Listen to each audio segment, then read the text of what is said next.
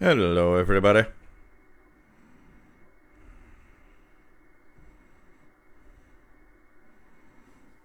How's everyone?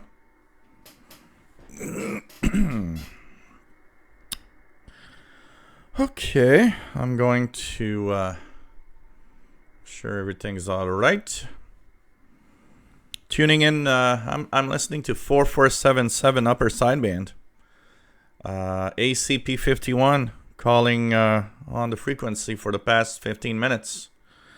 That famous signal that we heard a couple of weeks back is, I'm hearing it tonight, 4477 upper sideband.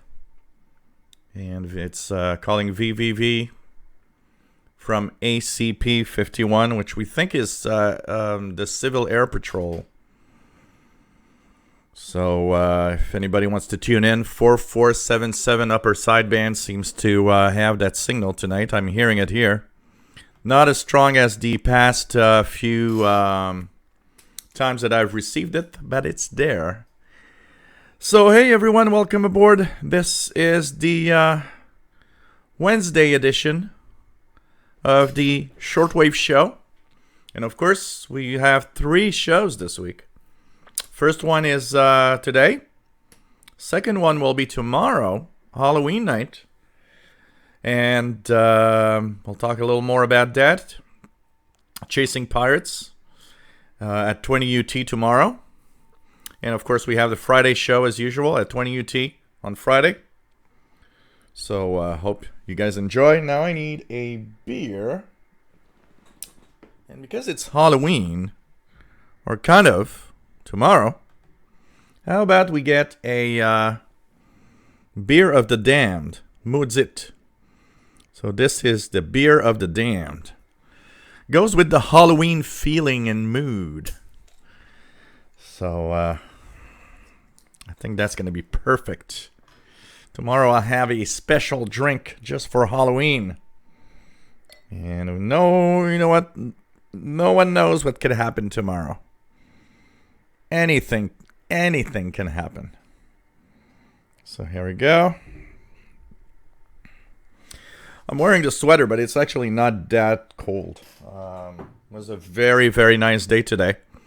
We almost reached 70 Fahrenheit, which is kind of warm for this time of year.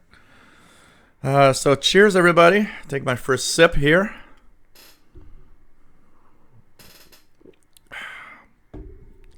That's not bad. I haven't had that beer in a little while now. So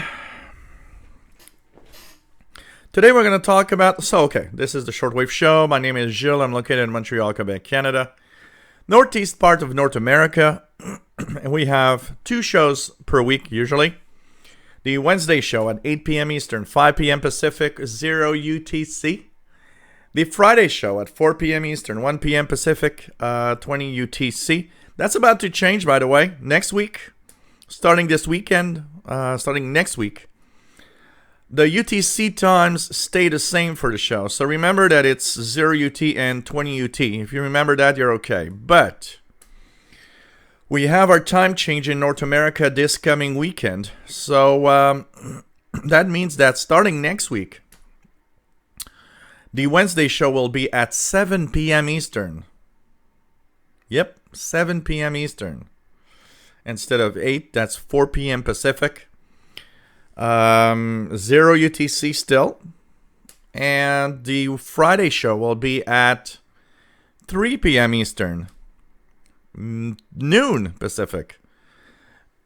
20 UTC, as it is 20 UTC anyways.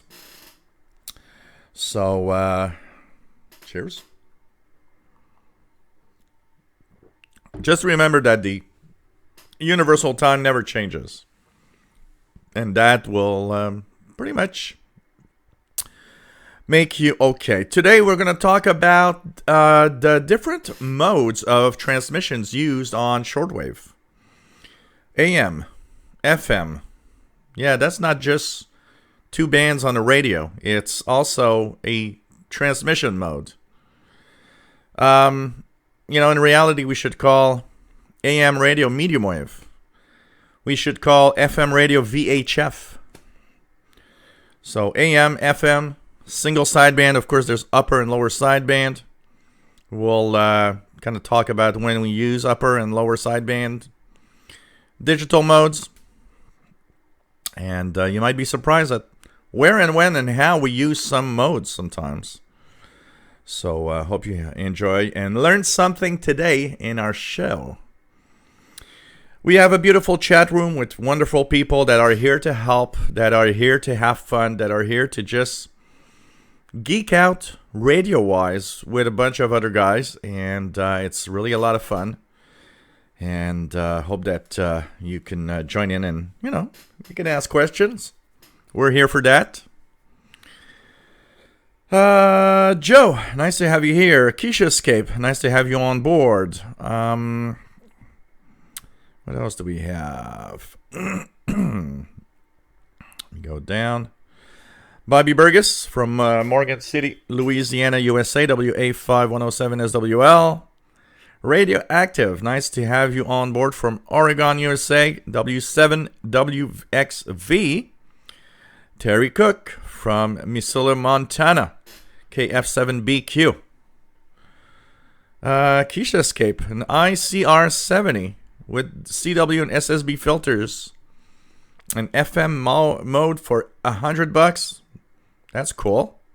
Gonna have a lot of fun with that old radio. Brett Wayne, nice to have you here from the state of New York. He's got his ML830. You're going to have a lot of fun with that. KC2 and XB. Nice to have you here. Yeah, the names that are in blue are moderators. Moderators of blue name. They also have a little wrench because they have powers. They can throw out anybody that's just not behaving correctly. So if your behavior is bad, well, we can kick you out. Terry Cook, nice to have you here. So yeah, that's what we were saying, that ML830 Active Loop, that ad is a little deceptive because that $9.38 is just the adapter cable. It's not the loop itself, but it does show the picture of the full loop, so it's easy to get. If I would have gone real fast through the listings, I gotta say I might have been caught by that. You should have shown only the cable, not the whole thing. John McClure, nice to have you here. What else do we have? Cyberflyer 1, nice to have you on board from Worcestershire, England. Nice to have you here, my friend. It's pretty late. Loves the midnight show. That's cool. Well, for people that are late, that late night type guys, it's actually a cool show because, listening at midnight, it's kind of nice. Kevin Wood, nice to have you here from Nova Scotia.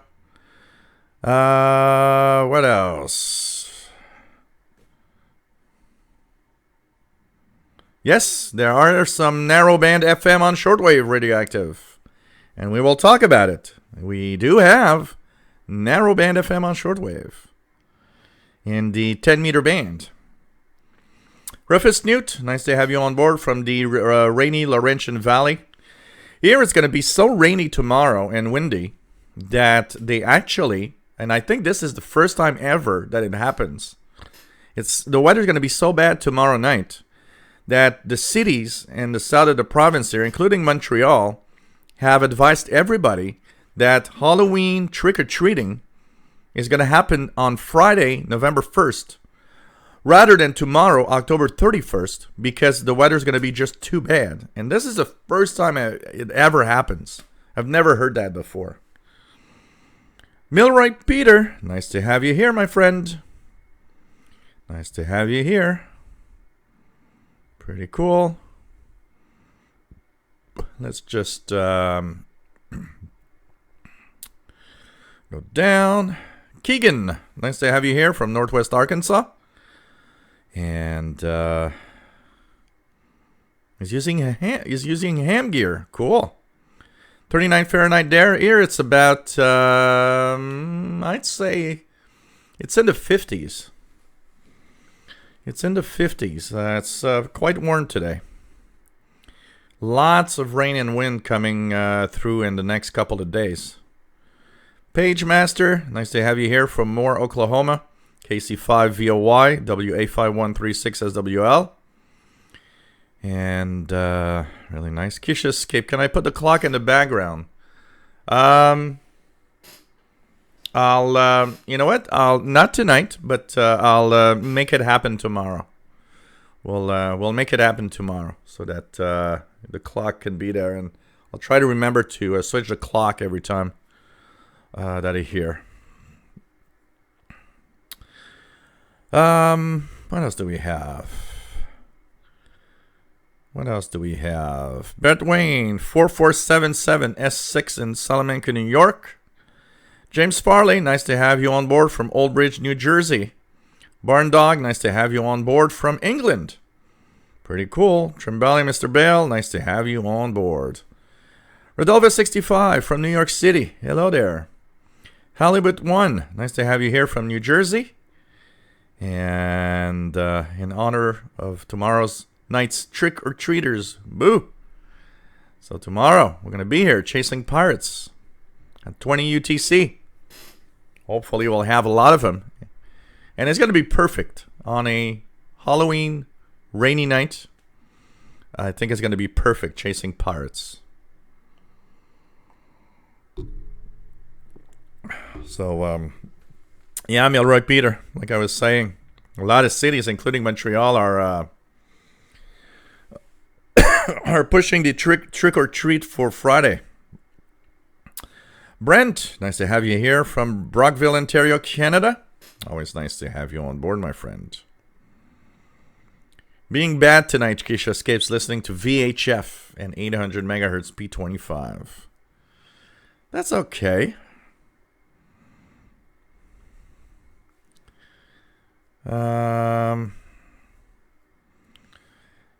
Rechargeable batteries, because I saw your conversation, Joe and Keisha Escape, about rechargeable batteries. So rechargeable batteries have a limit of time, and even though you don't use them, they still age. I mean, it's, they're made to be recharged. Typical AA's are rated to be recharged up to 1,000 times. But that, I don't think I've ever had 1,000 recharges on my AA's ever. Usually I either change them, or I will have had several hundred recharges, yes, but 1,000, no.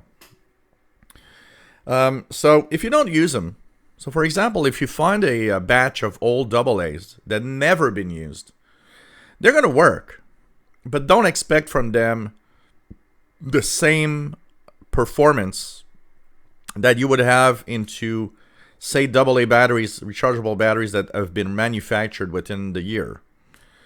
They will already have degraded. I mean, the material within the battery degrades over time, even if it's unused. The other thing is cycles. Of course, every cycle you do on a rechargeable battery, it just slightly makes it less performant. So, of course, what happens usually is that there's a little more of resistance within the battery as you recharge all the time. The capacity of the battery, it's not capable of keeping that charge as much as it used to. That's why if anybody that's using, and we're talking here of regular AA's, which are, for the most part, nickel metal hydride batteries, or NIMH. These batteries, they wear out. And typically 2 years doesn't seem like a lot, but if in 2 years you've done many cycles, it's already a lot of usage for a battery.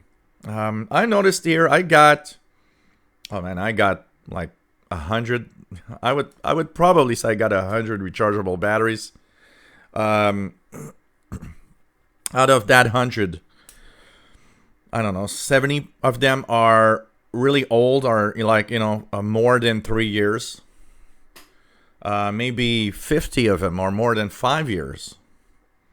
And I've got some really, really old stuff that's probably 10 years plus. What I see is, so there's different types of chargers, and I'm going to show you one type here. So for example, this one is an intelligent fast charger. Here, this one has little lights. And actually the charger, because today the intelligent chargers, what they do, they can check the state of the battery.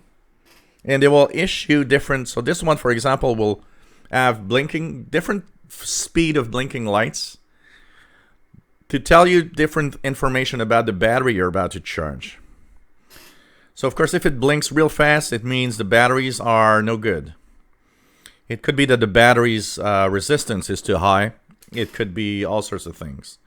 It doesn't mean the battery's bad, but it means the battery is not like it used to be. So if I use that charger, every battery that I have, almost every battery that I have is more than 5 years old. Don't recharge on that smart charger. I got to use a dumb charger, which is just, sending current through the battery for a certain amount of time. So there are two types of chargers that you can get. Regular timer type chargers. So it's going to say, oh, we charge the batteries in 8 hours. And it's not going to mention anything about, smart charge or anything. What that does is you put the batteries in, and it just puts 8 hours of charge on it.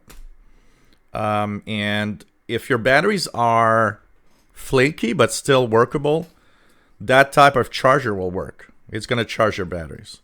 So all the batteries that I have that are from 5 to 10 years of age, I use that type of dumb charger because they don't charge in any fast or any smart chargers. Why?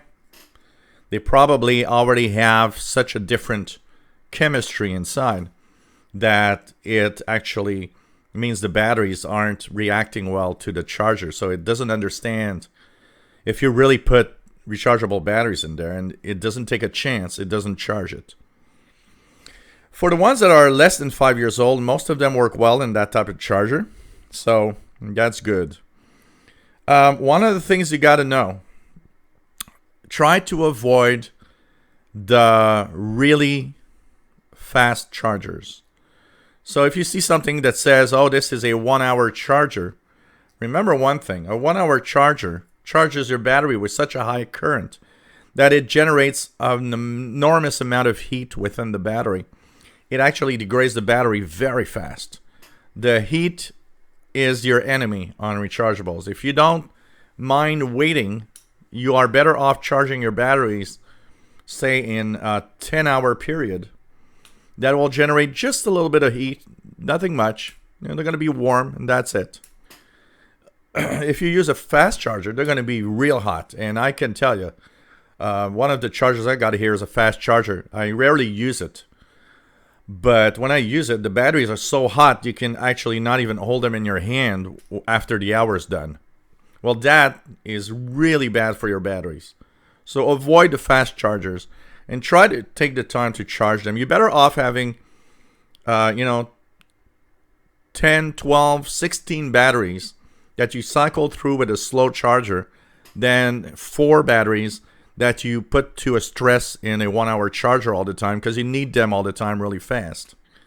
So be careful with that.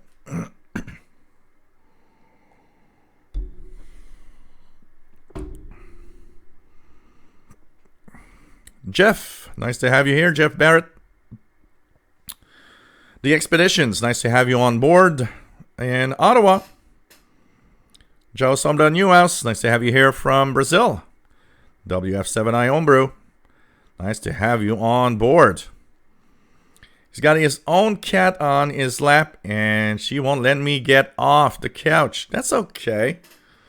Wait. I understand. That's the thing you understand all the time. You're sitting in a chair, you're lying on a couch, cat's on you, and you just don't want to kind of, cat looks comfy, and you're like, okay, I'm gonna wait.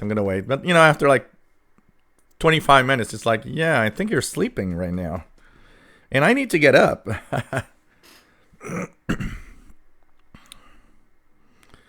Chimbali, Mr. Bell. Yep, there's all sorts of stuff like dual sidebands and stuff like that. Yep. Nathan Petrovsky, nice to have you on board. What's the worst radio I've ever had? I had several of those. Let's say that, is there one right here in my face? I'm looking at one here in my face. I don't see it right now, but there's a couple of like $10 radios that I purchased that are so bad that are totally crap. I do have one here that I see right now, which is the XH Data D38. That's rather crappy radio. What else do I have here that I could see quickly that is crappy? There's a few of them.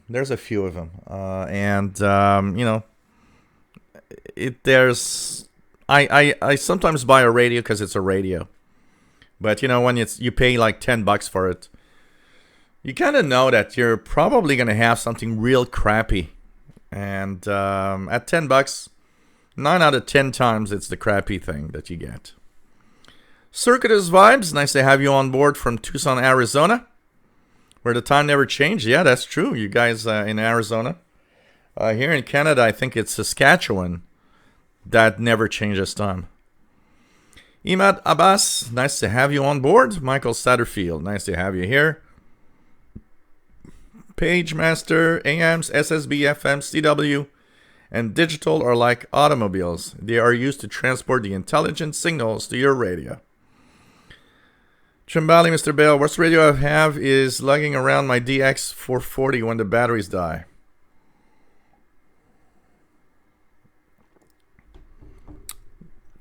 Bolin 191. No, I've never done that. Talking of WBCQ, Keisha kept mentioning that they were heard this morning testing 500 kilowatts on 15330. I don't know how long it lasted because I haven't seen a lot of reports.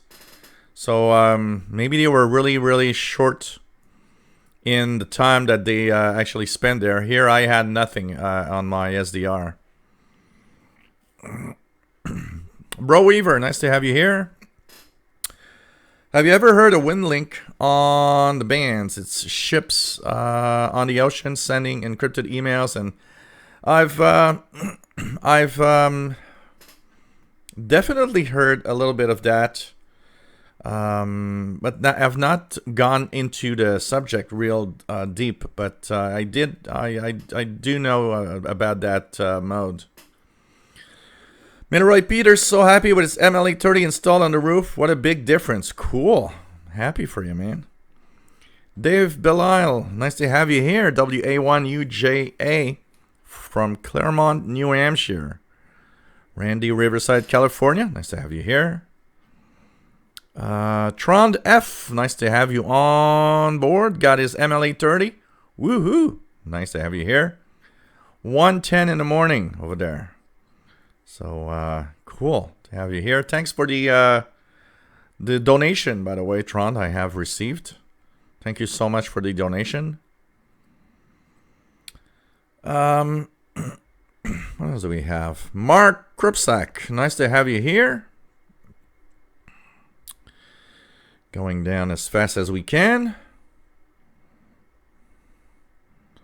So, from Fresno, Vince Perrault, salut et bienvenue, mon ami. Nice to have you here. Joseph, nice to have you on board. Hey, Prasad Asoldekar from India. Nice to have you here. Ken Surtees, nice to have you here from England.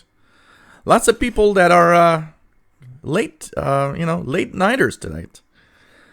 Mark Bulware, nice to have you here, Mark. Shelley Sykes, nice to have you here. No problem, we'll stay away. Hope you get better, my friend.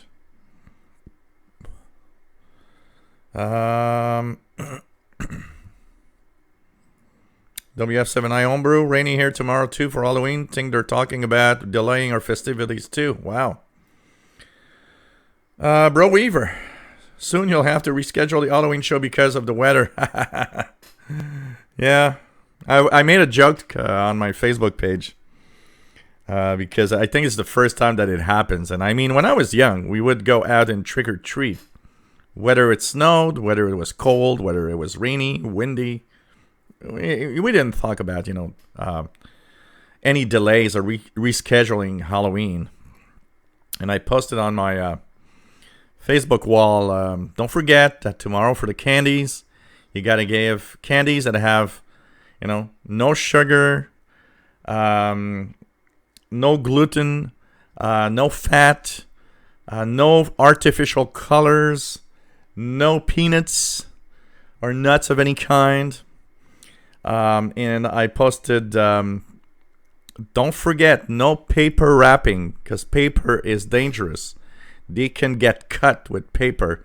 So it has to be in a plastic bubble wrap that is biodegradable and that Greta Thunberg officially stamped as being perfect for the environment, or else you're going to be in deep trouble.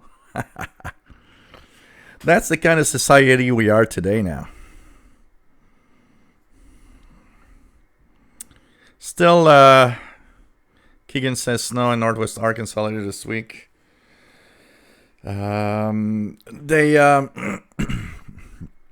Here, there's no snow for Montreal. It's going to be kind of cool this weekend. We're barely going to be in 40s this weekend. But I know that in north, like a couple of 100 kilometers north of Montreal, they're going to have like up to a foot of snow over there. But here it's going to be all rain. Kevin Wood says there is an MLA 30 on Amazon for $357. Wow. That is crazy. Imagine if they would all go up at that price because of me.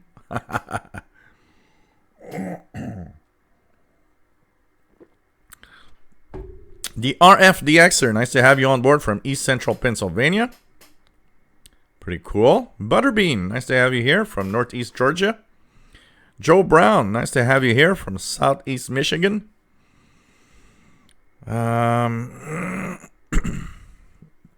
Joseph, enjoying a Funky Buddha Brewery Pineapple Beach tonight. That sounds actually good. Because summer never ends in Tampa, Florida. Oh, man. It actually never, lately been not ending at all. And I've seen a few posts from people in Florida, like not really finding it that fun that it's like 90 degrees still in late October. Rita Pork, nice to have you here. What indoor antenna do you recommend in an antenna-free complex? You know what? If you have one indoor antenna to try for shortwave, that MLA 30 loop, I think, is the best bet. Because if you got noise, there's a chance that the noise is going to be lower. And I think it's going to be the best idea in the world, because any other type of antenna, a wire, is going to pick up a lot of noise. So MLA 30, I think is the best bet, and it's roughly from like 40 to between 40-50 US dollars. So it's not too expensive. Callum Till, nice to have you here, Callum. Yeah, rechargeables do not leak. You can leave them in the radio, and there's no danger of anything. And that is great. I am RFDXer trying to keep it real in Montreal. Jerry DX, nice to have you here. Hey, the random hobbyist. Nice to have you here. Not working tonight, so he gets to relax and play with the radio. Expecting snow here in Sudbury. Oh, really? Whoa. Calling for 20 centimeters. Youch. Not yet, but usually November. Here, normally, this I think it's not going to happen this year, but normally we see our first snowflakes in October in Montreal. But this year has not happened. This year we have not seen snow in Montreal in October at all. But November, if we have a November without any little, snowflakes at least, that's going to be a little weird. November, I think we're going to have something. Actually, I was looking at the long term for November, and they were saying that near like the first week of November is going to be real cold, and that it's going to stay rather cold. So, we might have that first dusting of snow. November is usually when we get that first. William Helms, nice to have you here, my friend, from Florida.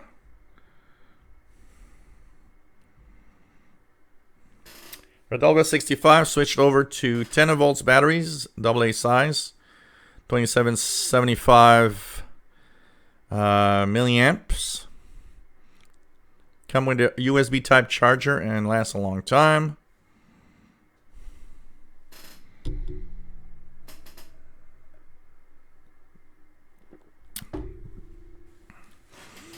Joe, NIMH batteries do not need any discharge. NIMH batteries can typically pretty much charged at any time, even if they're only halfway used. And I don't recommend any discharge. Total discharge of NIMH. It's not needed. That comes from the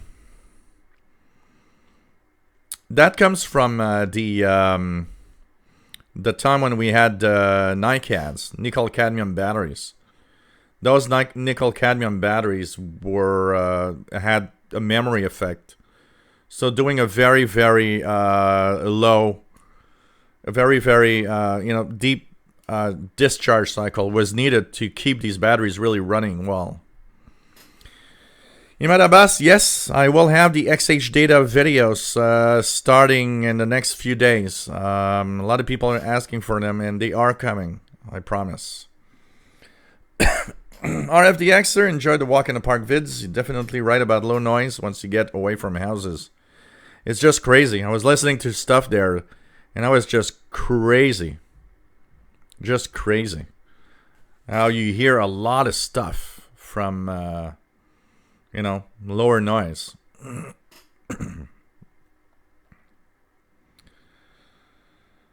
Yep, Callum, it's like cooking a roast for dinner. Absolutely. Jeff King, nice to have you on board. From hot, record-breaking Jacksonville, Florida.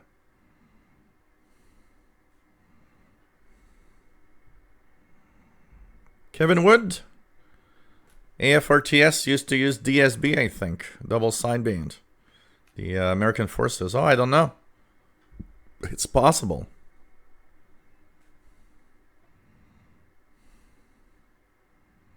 Jeff Barrett just bought and used Grundig Satellite 800. The MLA30 was made for that radio. Yeah, 100. I'm at 110 right now, watching. Not bad for a Wednesday evening. Mark Elford, nice to have you on board. Pretty cool to have everybody here, by the way.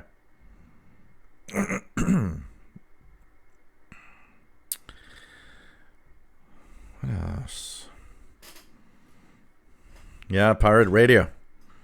I'm going to do that tomorrow. Scan the pirate radio bands. Check it out. Bob, nice to have you here, Bob T. In Northeast Ohio. And he's considering the MLA30. You should. It's really amazing. Really amazing. Prasad Assoldekar says another problem with these rechargeable batteries is as they are slightly thick and do not fit in some radios. The Eneloops do not fit in a radio like the Texan PL380. Yeah, that is an interesting thing that happens from time to time. There are some types of AA batteries that are just slightly bigger. And they'll fit in the PL380, but you'll have to force them in. And once they are discharged, if you have to remove them, it's kind of hard to get that one that's under the plastic. They're not all exactly the same size. Yeah, no chocolate or corn syrup, Trimbali, absolutely. Callum, not get me started on climate change. Oh, man, you know. Brian Mulligan, nice to have you here. Any advice about finding pirate radio in Southwest USA? Most are on East Coast. You know, you got to be patient. You will hear some in the Southwest of the U.S., that's for sure. But yeah, I know that there's kind of a lot of the pirates are, you know, northeast. It seems it's the kind of a pirate place there in North America. But, you know, tune in regularly, and some of them have good power. It's a question of just, you know, having the good frequency at the good time for the propagation to your area. But there are some in the West also, because sometimes there are a few that are heard really well in the west part of of North America. So, you know, I think the best advice I can have for pirate radio activity is patience. You know, when I sometimes had a lot of noise, and sometimes I wasn't listening all the time, I would go weeks, if not months, without having any pirate radio activity that I would hear. And honestly,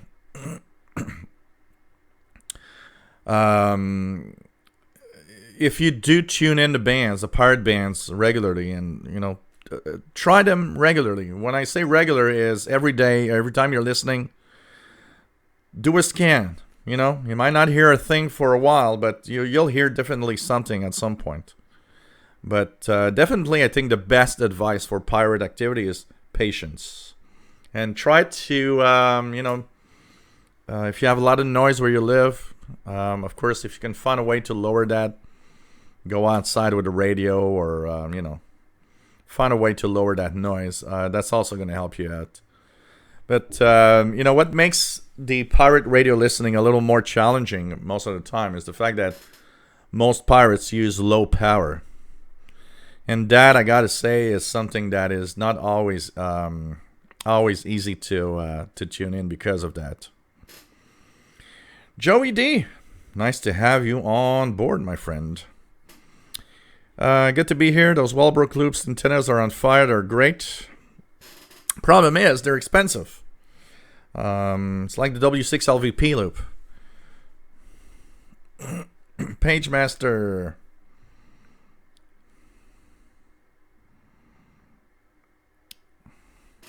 Yeah, there's a Lake Havasu City Lighthouses, California, Arizona.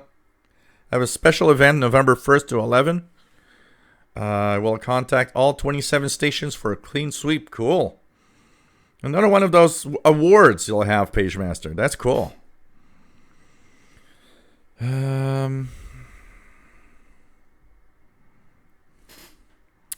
Joey D. 15825 is WWCR. Don't you mean 15580? Because 15825 is WWCR. I'm just going to bring out here the HFCC frequency list. So I got the list here. So let me just check it out here. 15825 is WWCR usually. Let me just make sure that I'm not saying. So, yeah. 15825 only has WWCR from 09 to 2200 UTC. If you were listening to Voice of America, you probably were listening on 15580. That one is from Botswana.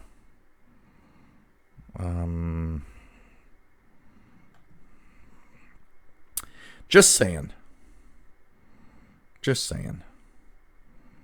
So let's go back here.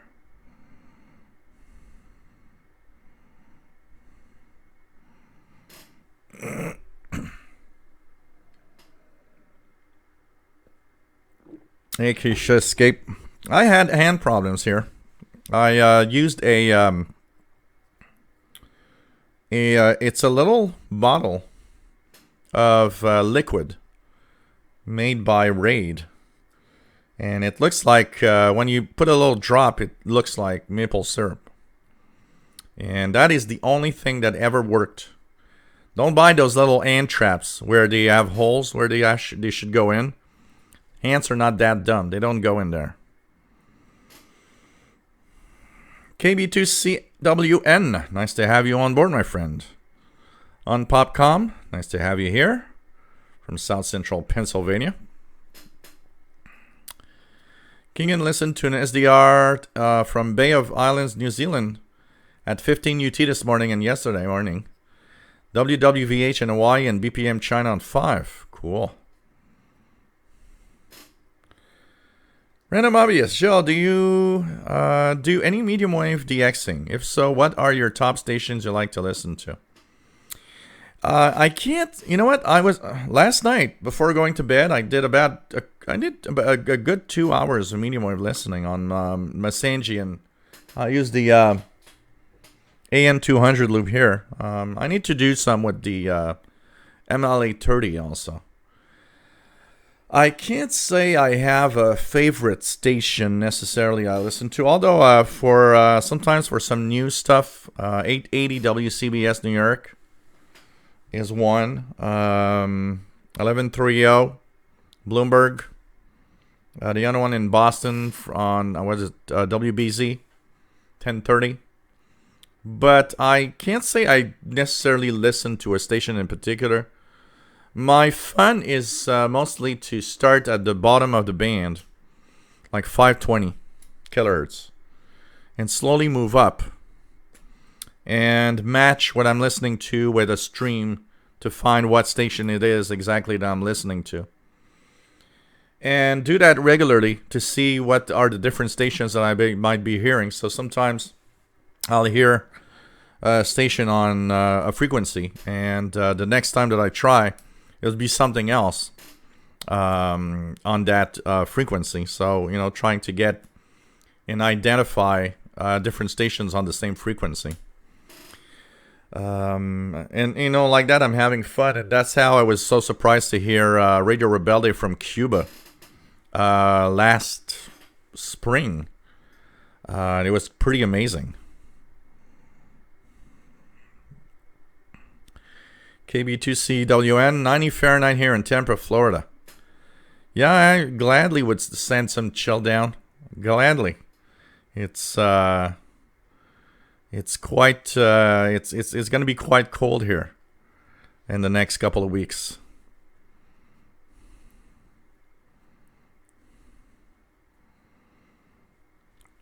Roughest Newt says, thanks, my MLA30 is on the way. Cool.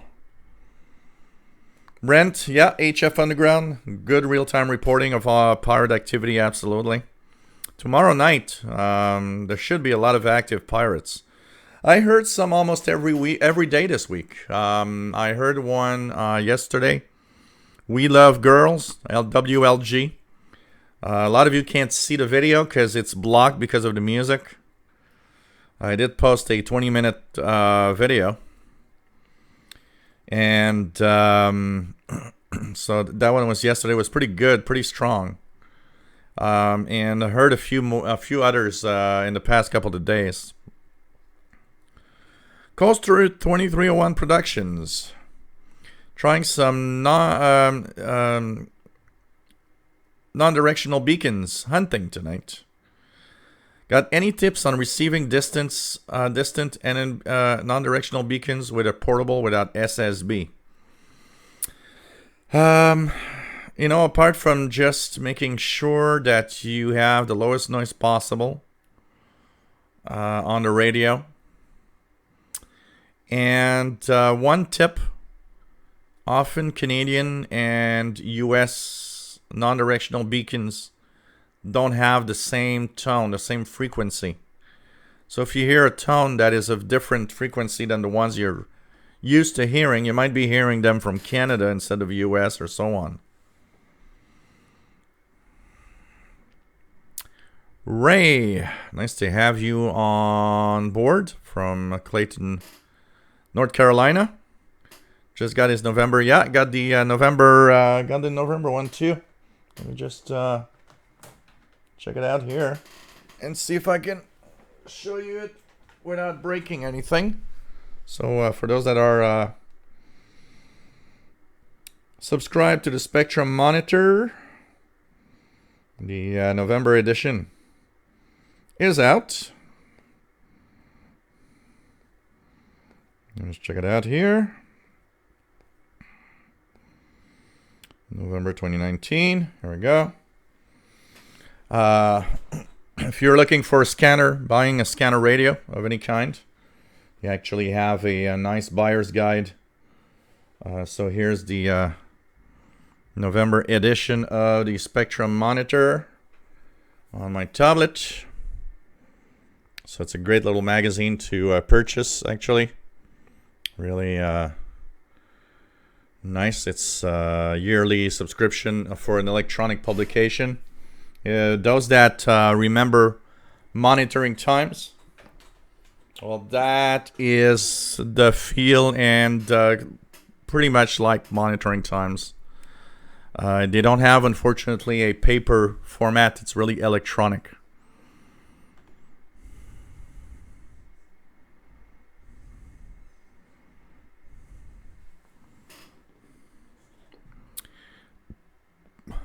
Joey D says, great videos out in the field this week. I was amused at how many times stairs showed up. And I kind of brushed it off. Well, you know, we're not gonna kind of go crazy over listening to you know, Brother Stare, especially because the funniest part is he was like 3 or 4 frequencies almost one next to each other, which was kind of funny, you know. I guess you go somewhere with a little noise, you'll hear more broadcasts, you'll hear more Brother Stare. But it was a lot of fun, actually. I had a lot of fun. I have to do it again for sure. Bob T, how does the PL680 compare with the XH Data 808, D808? The XH Data beats the PL680, and I can tell you by a good enough margin that the XH Data is a clear winner. For sure. Bolin 101. How many? Bolin 191 says, how many hours before sunrise do you use which bands? What is your favorite movies? That's kind of 2 questions. My favorite movies. I got tons of favorite movies. I'm a wide fan of different types of movies. Well, you know, depending on propagation, it's a complex thing. But depending on propagation conditions and the time of the year, each band has its own way of propagating. Of course, you know, rule is lower frequencies in the nighttime, higher frequencies in the daytime. But there's kind of a buffer zone where, depending on the time of year, the frequency you're listening to, some bands can be used up to several hours before and after sunset. Really depending on what you're trying to listen to. Random Obvious enjoys listening to Coast to Coast AM. I don't know why, but I prefer it that way. You know, there's something about that show, we got to say, Coast to Coast AM, that's kind of unique. I think I stumbled upon that one last night. They were talking about... Was it that show last night? They were talking about ghosts or something. People that believed in ghosts and ghosts and haunted houses and stuff. And even though I don't believe in that type of thing, it's always kind of, you know, a curiosity just listening to these stories. And with the week of Halloween, it went with the flow, you know. But I agree, Random Obvious. I could stream. I mean, all the stations. I got my WFR 20 Wi-Fi internet radio from Sanji in here. I could be, you know, listening to all of these stations via the internet. A big part of a big chunk of the AM stations in the US are, streaming on the web. But I'm like you. I mean, I would rather listen to Coast to Coast AM on a radio, an AM radio, than stream it for some reason, you know. Jeff Barrett says the MLA30 works great for medium wave DXing on radios that have the medium wave antenna input. Cool. Mickey Delmage, nice to have you here. He's been chasing VP6R Pitcairn this afternoon. Cool. Yeah, they are in the DXpedition mode right now, right? I saw something. Yeah, Yankee Nose. I think I jumped over you. Nice to have you here, Yankee Nose. I'm sorry, I for some reason jumped over your name. What type of antenna could I use in the attic to enhance my shortwave portable radios due to the lack of space? I think the MLA30 pretty much wins. Get yourself an MLA30 loop and put it in your attic. I think you're going to have a lot of fun with that.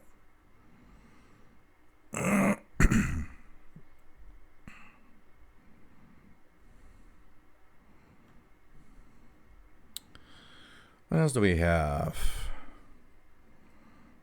What is keeping YouTube away from lawsuits? Because they have rules and they have a very, very good system for preventing. You know, for example, yesterday the pirate station that I posted that had music, it was immediately blocked in I don't know how many countries. They have these way of blocking stuff and making sure that copyrighted content isn't being streamed without the companies behind them being okay with it. And they have, YouTube has an enormous set of rules that you got to be careful. A guy like me has to be careful what he does on YouTube all the time. I got to make sure that what I post, how I post it, what I say is always in tune with the general rules of YouTube. And YouTube, at its beginning, had the possibility of getting lawsuits from different companies, from music studios and so on, movie studios. And basically, with time, they signed all sorts of contracts. So, for example, music isn't frowned upon. You can post a music video. They'll let you post it. But the revenue share will go to the company that, made that instead of you. So, for example, the video that I posted with the pirate station yesterday, what I got as a warning is, that's copyrighted content, which I knew when I posted it. So they said, well, we're not letting you monetize. So that video doesn't give me any pennies. And people that watch it and see ads, the money is going to the companies that make the music, the artists, and so on. So they have tons of contracts with all of these companies. So that's why they're pretty much staying away from any lawsuits.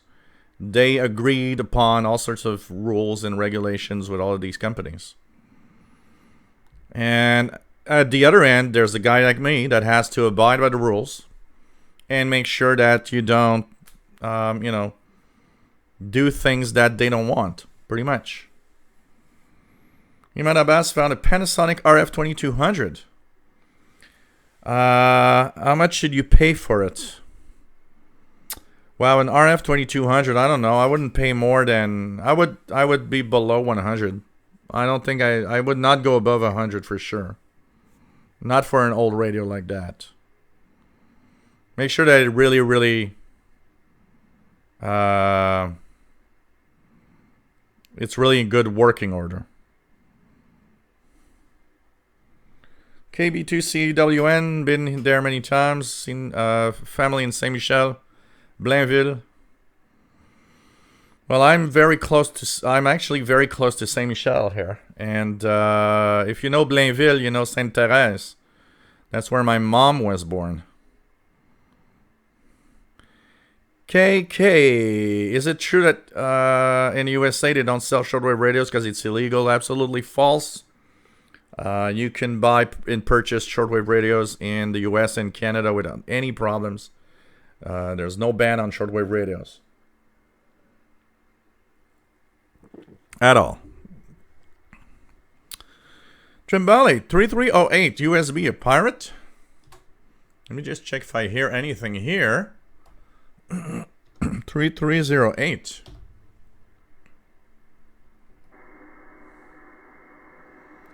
I'm not hearing anything here. Let's I'm just gonna check out the HF Underground site. See what they have. HF Underground. Latest posts of HF Underground. So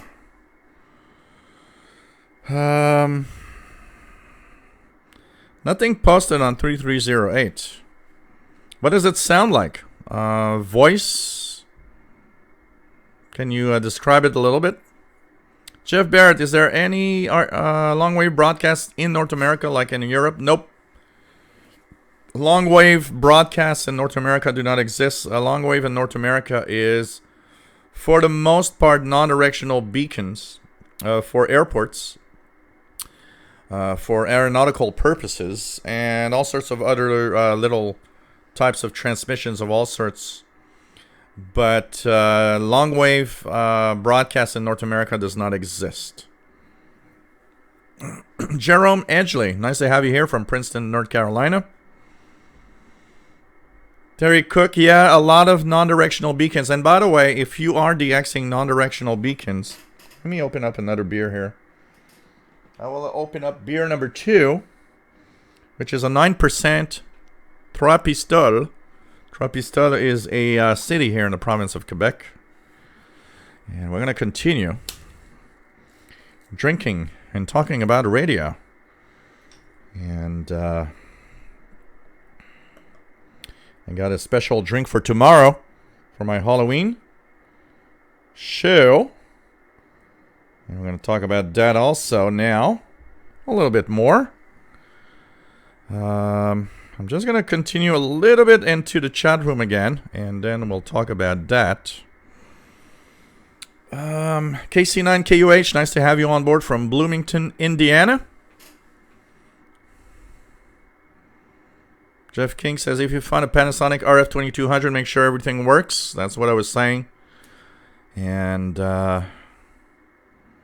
just make sure that you don't go above 100, that's for sure. So non-directional beacons, if you're chasing those, they are slowly being phased out in North America. So the more, as the months go by, you will have less and less of those to actually hear and log. So do it now, because in a few years from now, probably they're all going to be extinct. Do WS7i Homebrew had a very tough hike up the local hilltop Monday, a day off work. For Summits on the Air, soda. Details on my channel, so check it out, guys. Check it out. Yeah, right, day off work. You called in sick to do ham stuff. Just say it. Unless your boss is watching. That would be the kind of thing I would do. Like, you know, it's a beautiful day and I could do radio stuff. Oh, I'm sick, I can't come in today. and be somewhere outside with my radios. Unfortunately, I'm the boss, so I can't lie to myself. So what I just do is, the hell with it, I'm going outside with radios.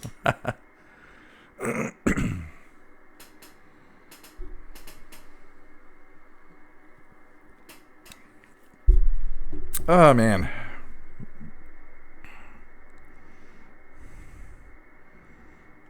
Ghost. I've never listened to that band. I should. What type of music they do, Brent?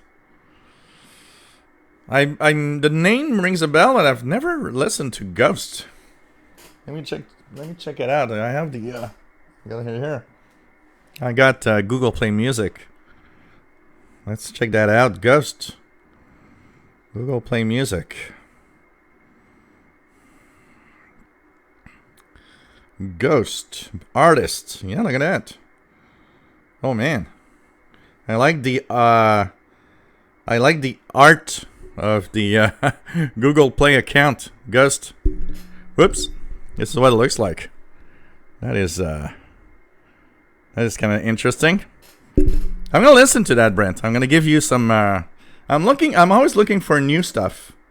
So the title of the songs that I see here: Danse Macabre, Square Hammer, Rats, Series, Fate, Life Eternal, Witch Image, Miasma, Year Zero, See the Light, Pro Memoria, Mary on a Cross, Kiss the Go-Goat.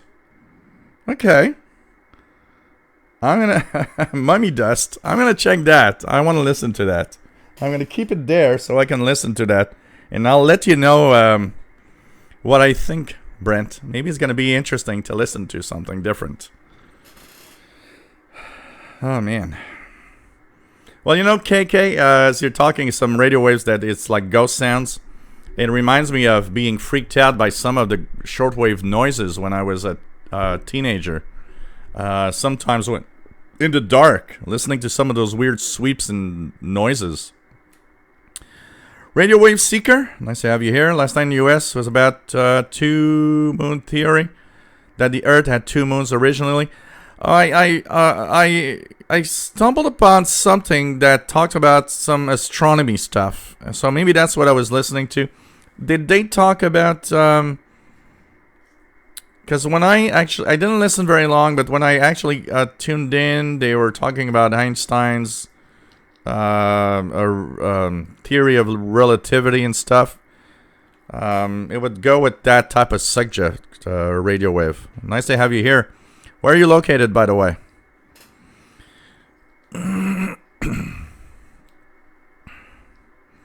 Yeah, pretty much. You know, concentrate at Boland 191. Below 15 megahertz in the nighttime, even more below 10 megahertz, and above 10 megahertz in the daytime. It's not an official rule. There could be signals everywhere, anytime, but kind of, you know. I believe Art Bell still has stuff on the AM radio. He passed away, but he still has stuff on the radio camera replays happening. Yeah, Rufus Newt, absolutely. Time does fly.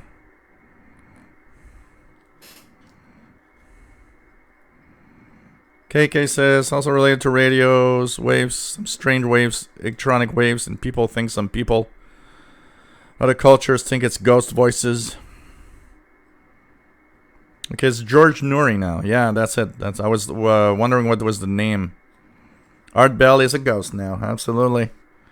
He's going to come back and haunt his show tomorrow.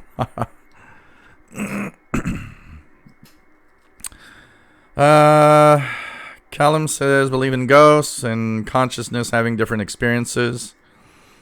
I'll say just one thing about all of this, because I don't want to go too much into the ghost stuff. But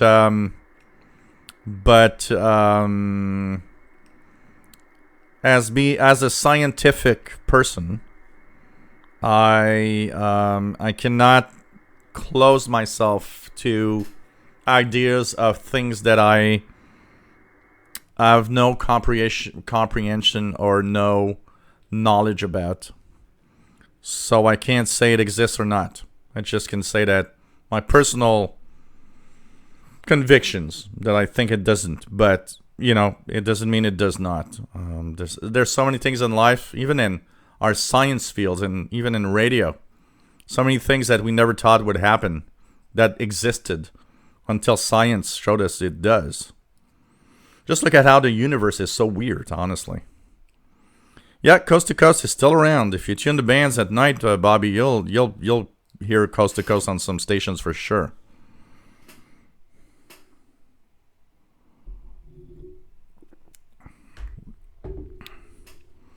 KC9KUH says, used to hear Hard Bell on 75 meters. Yeah, he was a ham. That's true. Brent modified the MLA30 loop by using a 1 meter diameter copper wire. Just testing it now, but it seems to work pretty well. Cool. Cool. Lacrosse, Wyoming, nice to have you here. And he's using a PL310 ET from Texan. Cool. Really cool. Nice radio.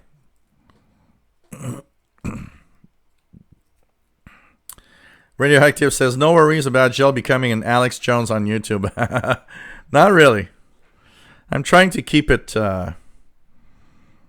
general public and not nothing fake. Hey, that would be a nice. I didn't think about it. I should have done a. Oh man, you just gave me an idea for tomorrow, Halloween.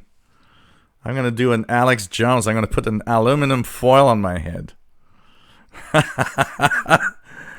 That would be really good. Sorry guys, I got a little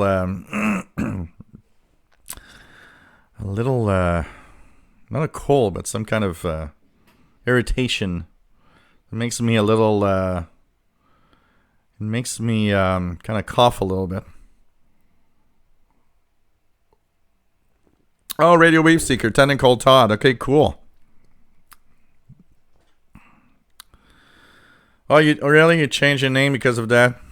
You know, that's if there's one thing that's darn hard and darn annoying on YouTube, and especially when you start doing stuff and being visible everywhere, all of these idiots that try to kind of, you know, bring you down and mention and or, you know, just trolls and idiots.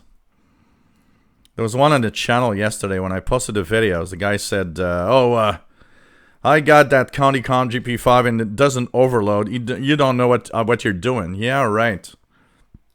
I don't know what I'm doing. Please.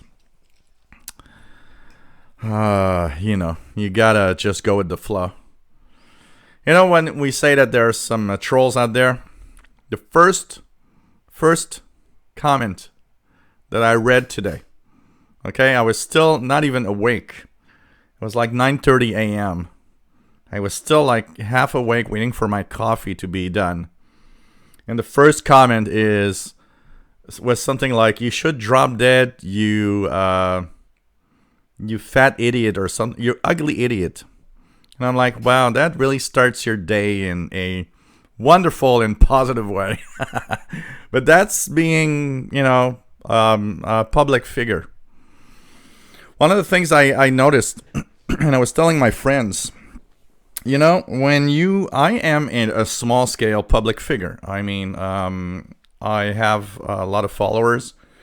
My tech channel has 10 times more people viewing stuff than here. I'm in the millions of views a month. And the funniest thing is I look at that and I look at all the trolling that I have.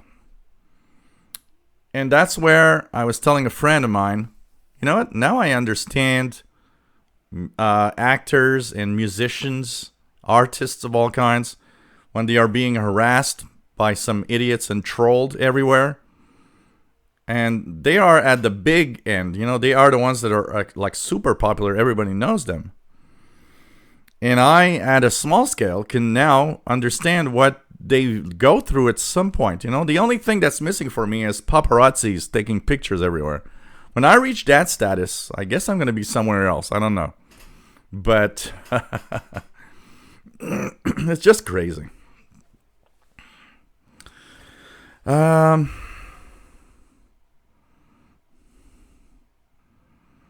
Jeff King, yeah, streaming is not always the same thing, and it's not always the same. There's all that delay thing also about streaming and listening on AM.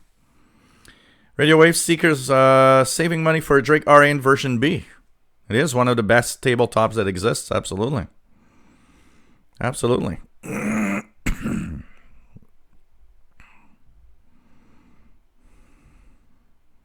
Two guys talking.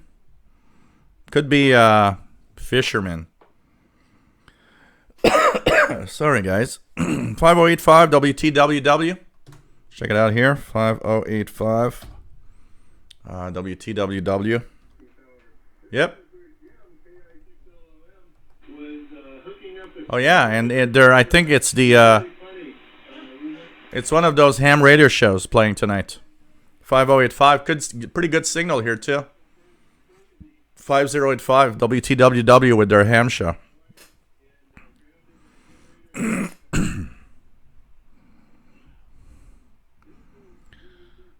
To show 9% whistle weather.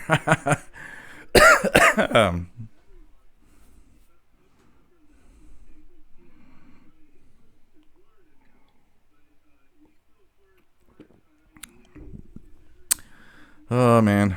Oh yes, I do the RFDXer. Look at that. Look at that. I actually have 4 beers tonight. And I have La Résolution. That 10% beer that tastes like pumpkin spice.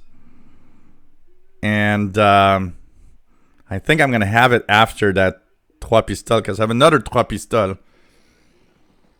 And I can tell you, I'm actually thinking about that beer. It's just so good. Just so good.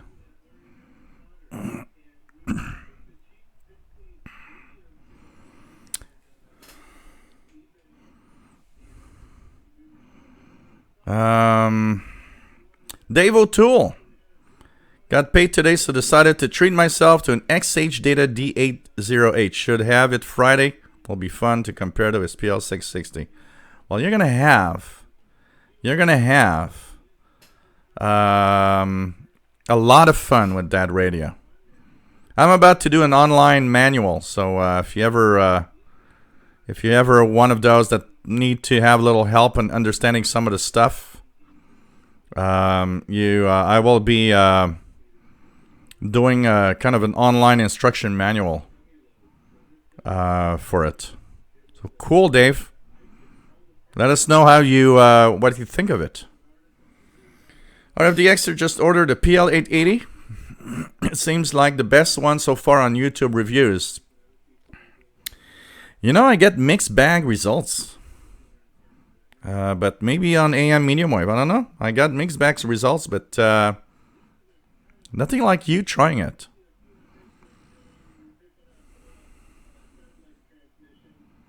It is true that, like Radio Wave's Seeker says, if you gather all the best portables, you'll find that the differences are subtle, that you find yourself choosing certain ones just for their ease of use. I've noticed one thing, I love my XH Data D808. It has, of course, negative sides to it, like all radios. No radio is perfect. One of the things that is interesting about most of the top of the line portables that I have, okay? So I'll compare the Texan PL680, XH Data D808, Degen D1103. Let me just a Grundig G5. Anything else here that I'm trying to find? I'm trying to quickly get all the radios, but anyways, when I compare these radios, if you have any one of them, you are getting a good radio. You will be happy with the performance. There's not going to be any problem with that. There's a little difference between each and the way that they receive and the way that they operate. And it sometimes comes down to having more pleasure with one than another for a specific reason. Somebody the other day posted, you got tons of radios, but we've been seeing a lot of that XH Data. Why don't you bring other radios? We want to see other ones. And it's like, yeah, I know. And it's one of the latest models I have. But there's something about the XH Data D808 that I just love. I just love that radio. the bandwidths, it's just great. But you know, that said, yes, the other radios that I got are good also. It's just, I don't know. Maybe it's because it's different than the others. I don't know. But honestly, my top of the line portables, apart from a few exceptions, are all very close in performance, one to the other. Kimberly, nice to have you here from California. Says 10 meters was open late last night. Oh, wow. Hope you're not too close to those California fires. Been hearing a lot about those here in the news. Sorry, guys. I'm just gonna. I don't want to be naked. I'm so sorry. It's a little. It's just a little warm with this on. Here we go. Maybe it's the alcohol. I don't know. So we are back. Rob, nice to have you on board from Phoenix, Arizona. KK says AliExpress site has the PL310 ET for $38 US. Cool. That's a pretty good radio, honestly.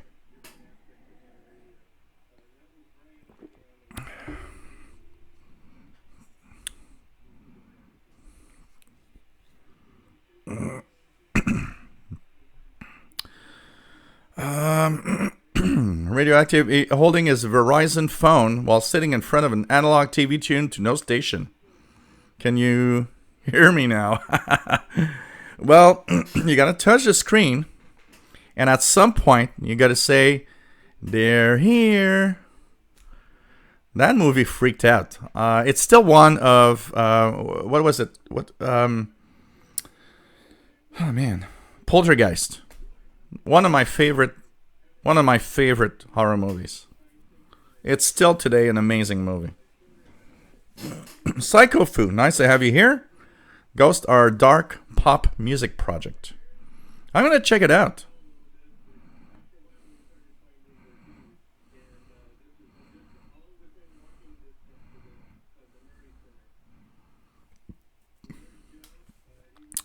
Radio Wave Seeker says, as far as portables go, the 880 is a sound investment. Cool.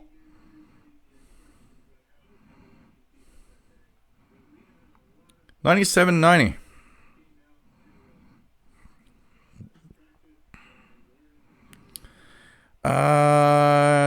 Javen Robert Mulligan.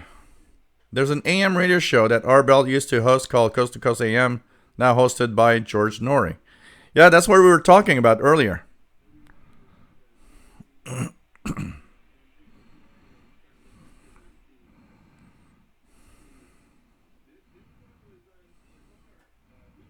Oh, I didn't know that. Art had a show called Dreamland. Oh, interesting. Joey D, Coast to Coast AMs all across the band here in New Jersey. Oh, here in Montreal, if I tune in late at night, Coast to Coast is heard on at least 10 different frequencies. So many stations are picking up that show. Oh, really? Pagemaster says Art Bell had 2 amateur licenses. One in the US and one in the Philippines. Wow.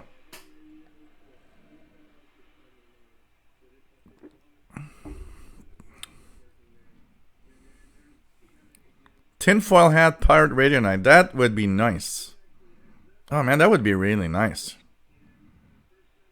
They're turning the frogs gay. Oh God.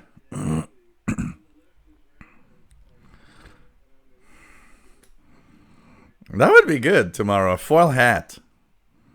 In honor of Alex Jones. Keeping the shortwaves out of my brain. They're controlling me. What can you listen to in Norway in this early morning, Trond?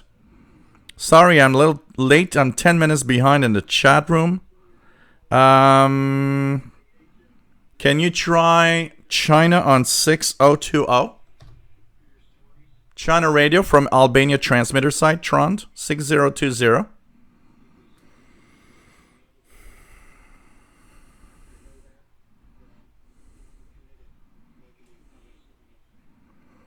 Shelley Sykes, this world would be so boring without conspiracy theories.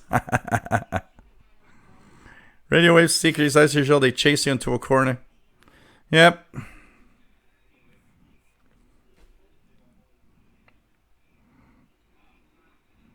Absolutely, Joey D. All over YouTube. Everybody's an expert on everything. But when you actually, and you know what, the worst thing about it is they will tell you, look at a great example. They will tell you, like the guy yesterday, this guy knows nothing about radio. Okay, care to explain yourself? What is it? And often you'll see that these guys that are experts have no pictures in their profiles. They'll have 0 videos or only 1. And then they come to your channel that has hundreds or thousands of videos and call you an idiot. I think it's something you kind of have to brush off. There's still that comment from time to time that I get that will hurt me because some people are expert at doing that. But I would say that for the most part, I kind of eased off a little bit on that. And it's like, who cares? Yeah, Brent, you are totally right. Insults from trolls say more about them than the person they are targeting. You know what I don't answer. The best thing to do, by the way, for any YouTuber or anybody out there, you just ignore them. That drives them nuts. But one of my favorite responses, my favorite things that I would respond back to somebody that would, for example, say, oh, you're such an idiot, you should kill yourself. I always responded back, you do realize that you just look like an idiot in front of all of the fans that follow my channel with that comment. So you kind of turn it back to them. It's like, no, you look like an idiot right now with that comment. Do you realize that? But the best thing is just leave it alone. Psychofu, are ICOM Shortwave receivers good? Yes, they are in general. Pretty good. Pretty good. Absolutely. But I'll be fair with everybody. I honestly am less and less inclined to tell someone to buy a very expensive radio now. When I look at the performances of the SDRs, like the SDR Play RSP1A, especially when I compare it to my ICOM, that is a $2,000 radio, I realize that today I have less and less, I'm really less inclined to tell someone to buy a $2,000 radio. I would almost say tabletop receivers are things of the past. We're in a new world now.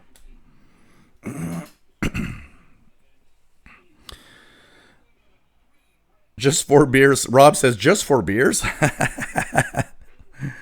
Oh, man.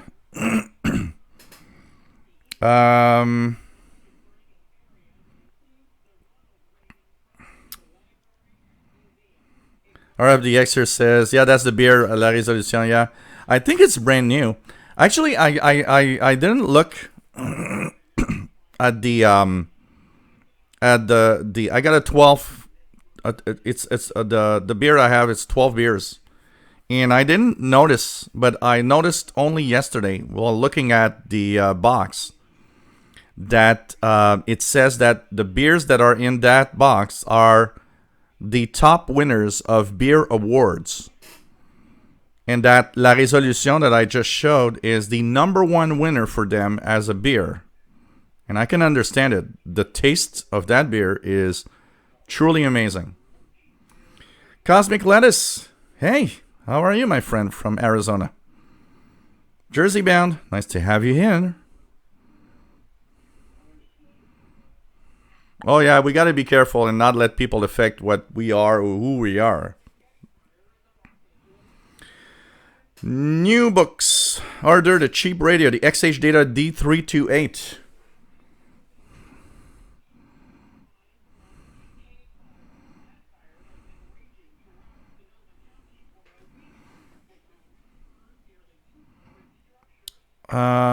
KK in Fiji? Wow. Oh, that's nice, PageMaster. That's a nice, making a nice wall, a nice, that's something that maybe is missing here. To have the walls here decorated in a radio would, or anything radio or anything that has to do with radio, or our own science. Science fun, like PageMaster says, he's got a photo of Hertz, Morse. So it's Heinrich Hertz. I'm going to try to remember the first names. Heinrich Hertz, Samuel Morse. I guess you're saying Neil Armstrong, Guglielmo Marconi, Carl Sagan, and Nikola Tesla. I think I had all the names correct. It's kind of cool, honestly. It makes for a nice room, and it's a nice man cave. It's very geeky and perfect, honestly. Trimbali Mr. Bell, Grandic G3 I had has a horrendously buggy keypad. It's a common problem on portables, Trimbali. Especially if you leave it alone for a while, I noticed that the major problem of most of the portables that I have, if you don't use them enough, their keypads tend to get kind of sketchy contacts. Bolin 191 for FT8. I use WJSTX. Let me just WJST. Let me just WSJTX. WSJTX. I inverted 2 letters. Whiskey, sugar, Juliet, Tango, X-ray.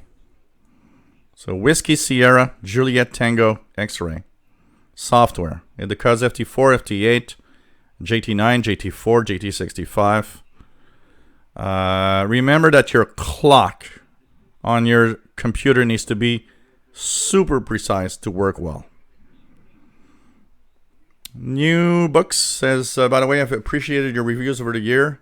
He's in British Columbia, thinking about the Radiwell R108. You're going to have a lot of fun with that. Do buy it. You're going to have a lot of fun with that. Peter Giacopelli, nice to have you here. Would you email me when you're free? Let's do the other thing around. Email me at officialshortwaveradio@gmail.com. officialshortwaveradio@gmail.com, and I'll answer back. Buzzgold, nice to have you here. Psycho Fu, Poltergeist will always be a good movie. Yeah, absolutely. Jim Valley, 6830, 6835. Yeah, I heard that earlier. It sounds like 6830.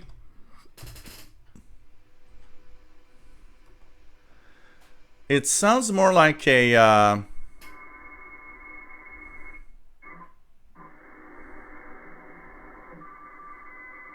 it's a very weird, distorted type of radio teletype of some sort, Trimbali.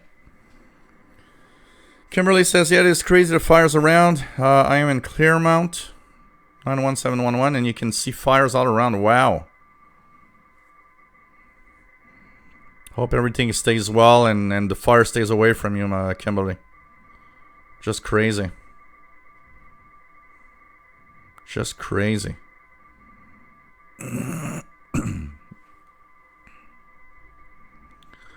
The Radiwell I've used with the MLA30 radio wave seeker, and it works quite well though. But these radios, and remember one thing,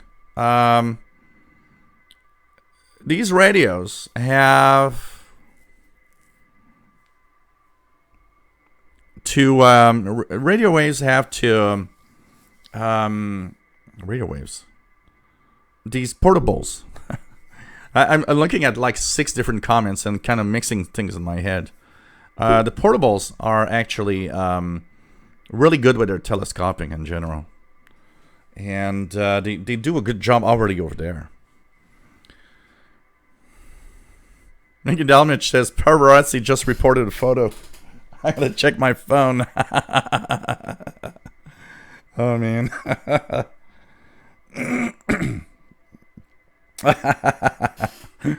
Oh man, paparazzis everywhere. Look at that, guys.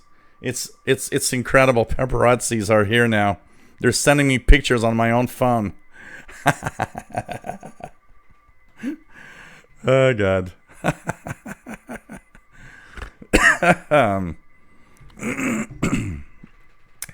Tron, you know what? The biggest problem right now, if you're using regular websites, is that most of them have not been updated yet to the new B schedules.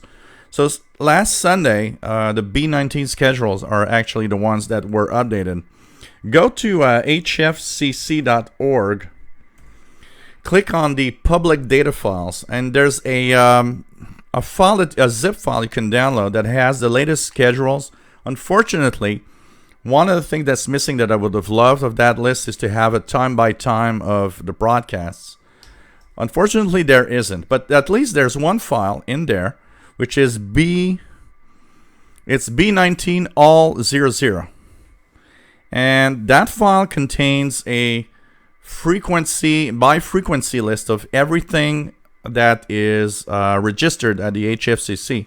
So if you tune around shortwave and hear broadcasts and you're not sure what you're listening to, you can refer to that for now for information and trying to actually know what you're listening to. But it's that troubled period that's going to take a week or two to clear out until the websites that have schedules actually fix the thing. And you'll have the regular schedules.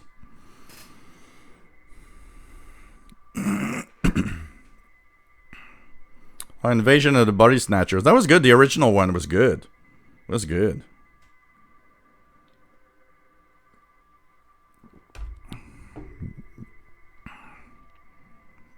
What do we know about the new PL990 3830 Radio Man? Not a lot. At the where was it? Singapore, I think, was I saw that in the Shortwave listening post.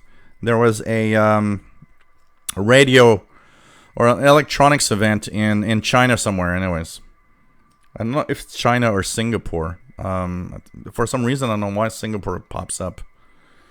And a Texan was there. They were showing the PL990, the new PL388, something like that. I'm trying. If I'm not right, don't go nuts.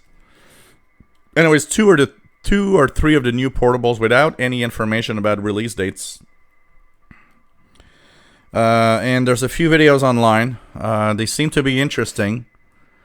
I'm waiting for the prices. I think these are going to be much more expensive than the average Texan receivers. But we don't really know a lot of about these radio stations, honestly. Yeah, John McClure, there are still a lot of long-wave beacons in the U.S., but they are really fast fading out. Really, really fast. So it's time to... It's time to do it. Radioactive tabletop receivers, a thing of the past, sacrilege. No, but I think there will be always a spot for that, honestly. I mean, tabletops are nice radios. I'm super happy to have the 8500. What I mean mostly by that is that, you know what, we're getting so much performance out of much less expensive SDRs and receivers now that it's harder to tell someone to purchase such an expensive radio. That said, if I would be in a limitless budget, I would probably purchase an ICOM ICRD 600 tomorrow morning. I mean, I'd like to have one for sure. Jeffrey Robert Milligan, yep. Eaton Satellite's great. Brent, the original one, yeah, in black and white. Night of the Living Dead is... You put that alone and watch that alone at night. It's really good, absolutely. The feel of that movie is great. Radio Wave Seeker, the RSP1A by SDR Play. I bought it after it was recommended by Gilles. Has so many features to set it apart. Can record entire bandwidths and so on. It has a radio is so very sensitive and selective. Absolutely, it's amazing. It's an amazing radio. Dave O'Toole, any recommendations on do your own radio kits? Shortwave or AM, FM, stuff like that. So, morning at 3:30. Nice to have you here. Nice to have you here. Tech Guy, nice to have you on board.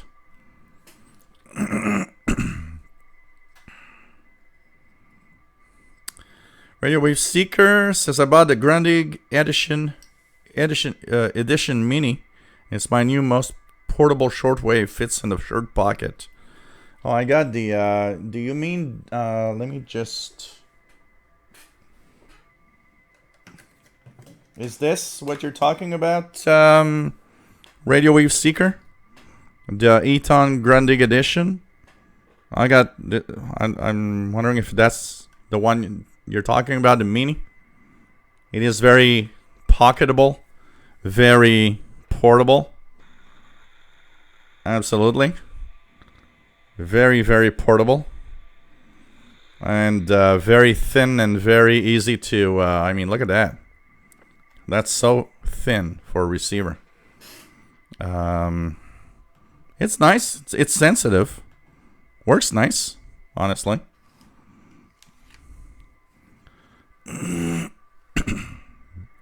Take care, Keegan. It's nice to have you here. Oh, it's Edwin Armstrong. Okay. Okay. Oh, Edwin Armstrong invented FM radio. Okay, I got into astronomy and space exploration, but I'm not too bad. I got the names. Take care, Secretus Vibes. It was nice to have you here. And before everybody goes, and I just want to say that tomorrow we have a special Halloween show at 20 UTC. 20 UTC. So join in tomorrow at 20 UTC. We're chasing pirates. And anything can happen, by the way. You never know. We might have some spooky surprises during the night. So tomorrow, Halloween, 2000 hours Universal Time. We start and we chase pirates. So hope everybody's going to be here. Mainly AM shortwave radio kits is what I'm interested in. One kit, and I'm going to show you it. It's very inexpensive and nice to build. I don't have of any shortwave kits that I can think of. But let me just go here. I'm moving. And here we go. Let's try not to break anything. And come back in the frame. Alenco makes some very inexpensive and nice kits. This one is the one that I built, which is the AM radio kit. It actually is the AM 780 model. Very nice kit to build. What is very nice also about it, if you want to teach electronics to anybody, what's cool is that the manual is extremely good. It explains the basic principles. It has the block diagram, the schematic diagram, how the radio works, understanding of all of that and all the parts, what they do, and why radio is actually coming out of this. So this is very inexpensive. I bought that on eBay. Not on eBay, sorry, on Amazon. Just to give you an idea here.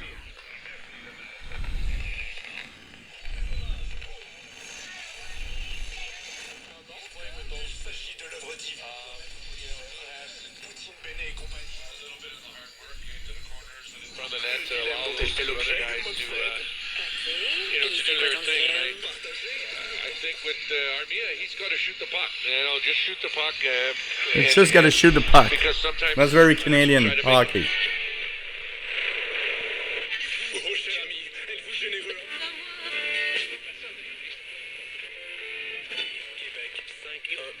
So it's, it works well. And it's surprisingly sensitive. The other one that I got here that's not completed. It's not completed yet. And I need to actually do this. AM, FM, auto scan. Also an Elenco one. Here's the circuit board. This is also one that I made. It has a lot of dust on it. Even spider webs. I think I haven't touched it in a while. This is the FM 88K AM FM receiver.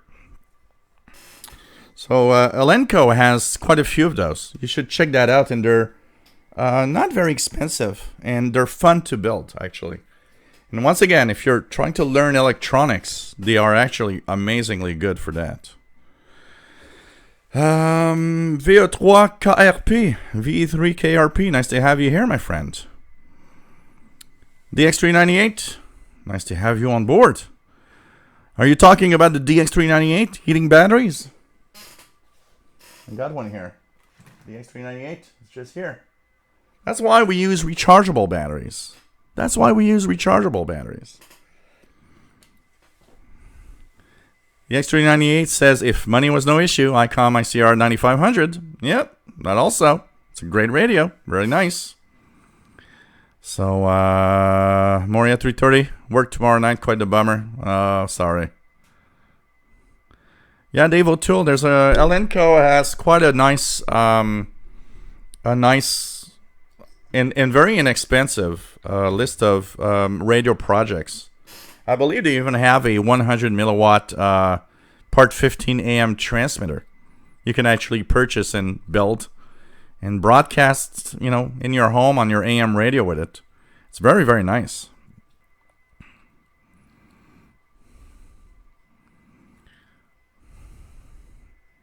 So it's kind of cool.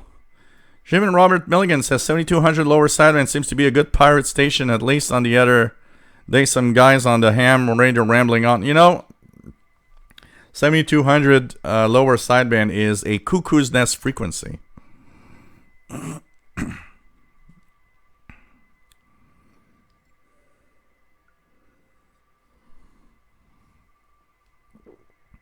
Hey, Dirty Diaper 21. Nice to have you here. So, I'm going to open my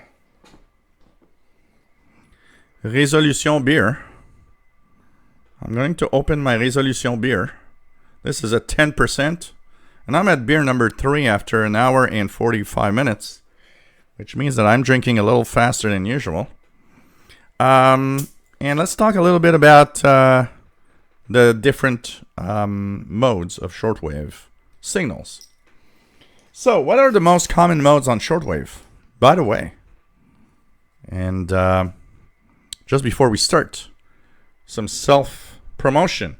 If you like what I do, guys, you know what? You can help me out by giving a donation at paypal.me/shortwave.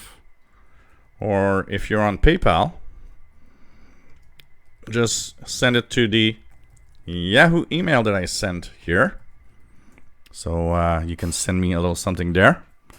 You can also become one of my patrons at patreon.com, where we have 12 patrons right now that are giving me a little something every month at patreon.com/radio and computers. Helps pay for the equipment. Helps pay for things like a microphone to have better sound, so that you guys can hear the full richness of the frequency range of my voice. I do have a radio voice. I gotta say, I would probably be pretty good in radio. I always joke about the fact when I see somebody in the chat room say, I'm watching you on my 70-inch TV, and I'm like, I'm not sure I want to see my face on a 70-inch TV in the living room. I bought a new laptop. Why? Because I need a new laptop if I wanted to continue to do live shows. $1,800, man, for a laptop. It's pretty expensive for a good one. I mean, you could say, yeah, there's $399 laptops. Yeah, try doing 1080p video streaming on a $400 laptop and come back to me and say it works great. You need good equipment, and of course, cost money, and lighting systems. And I'm here all the time. I'm actually doing an extra show this week, 3 shows instead of 2. If you like what I do, if you appreciate it, think about it. It's entertainment for you guys. And look at all you pay every month that you don't even watch. I bet you got cable TV and you don't even watch it because you're watching Gilles instead. More interesting.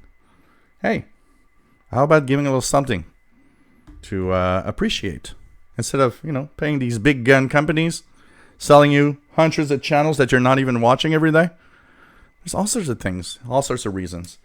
Of course, totally understand those that can give. It's quite all right. But if you can spare a few bucks, think about it. Is it worth it? I hope so. Thanks for watching. Thanks for the donations, guys. Much appreciated. Okay. What else do we have? The RFDX or Patron. No, that's Patron, not Patron. Oh, man.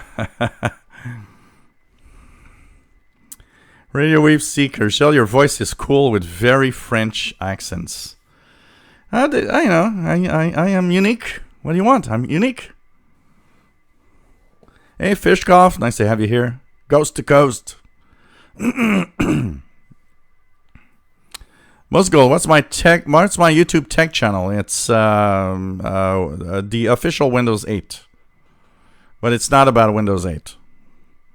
It's unfortunately the name I shouldn't have given, but it's that. I got others, I got an Android channel. I got like 30 channels, but I only post to like 5 of them or 4 of them regularly, honestly. Yeah, my voice is close to our Stearns. I need to have a more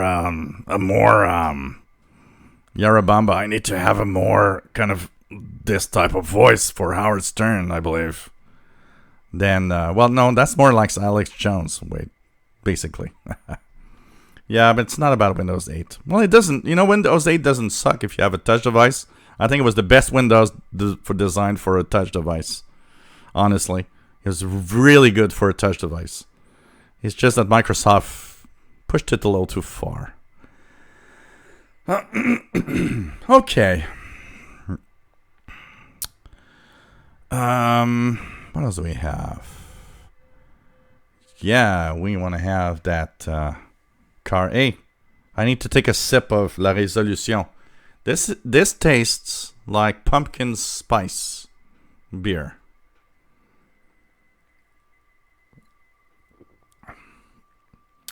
It is so good. Wow. I would buy a case of only that, honestly. Man, this is good. You know what? When you smell it, it actually smells like some kind of dessert.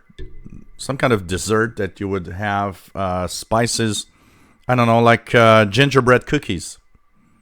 Kind of close. Imagine gingerbread cookies. Okay? Now you guys have the scent of gingerbread cookies.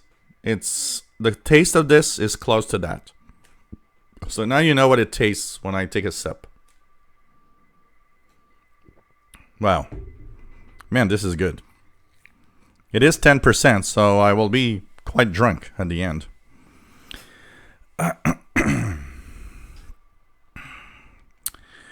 Okay, DX398 says, was at the Hammond Radio Museum in Guelph, Ontario this weekend. Spent an entire day there. Highly recommended. If I ever go there, I'm going to have to check it out. We have one here that I've never gone to. In Montreal, we have one that is the Émile Berliner. It's an old RCA type RCA radio museum. And I need to go there. I've never gone there, and I mean, I live here. And I love radio, imagine. Jeff King says found that X2 power rechargeable batteries from battery plus bulb stores last far better than average rechargeable batteries. You know, there's always good and bad rechargeable batteries. We've got to be careful of the ones we choose, honestly. PageMaster uses a computer at work. Well, that's typical of work. The systems, iOS systems that uses Windows 98. You know, I was at the bank the other day and I could see the Windows XP wall screensaver pop up on some screens. I was like, wow, the bank I go to uses Windows XP. This is perfect.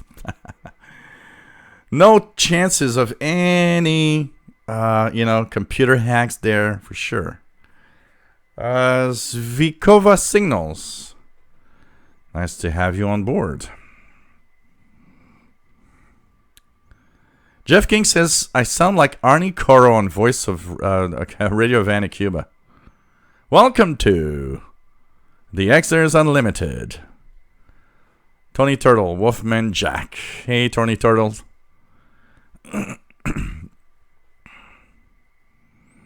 Yeah, would not be G-rated, absolutely.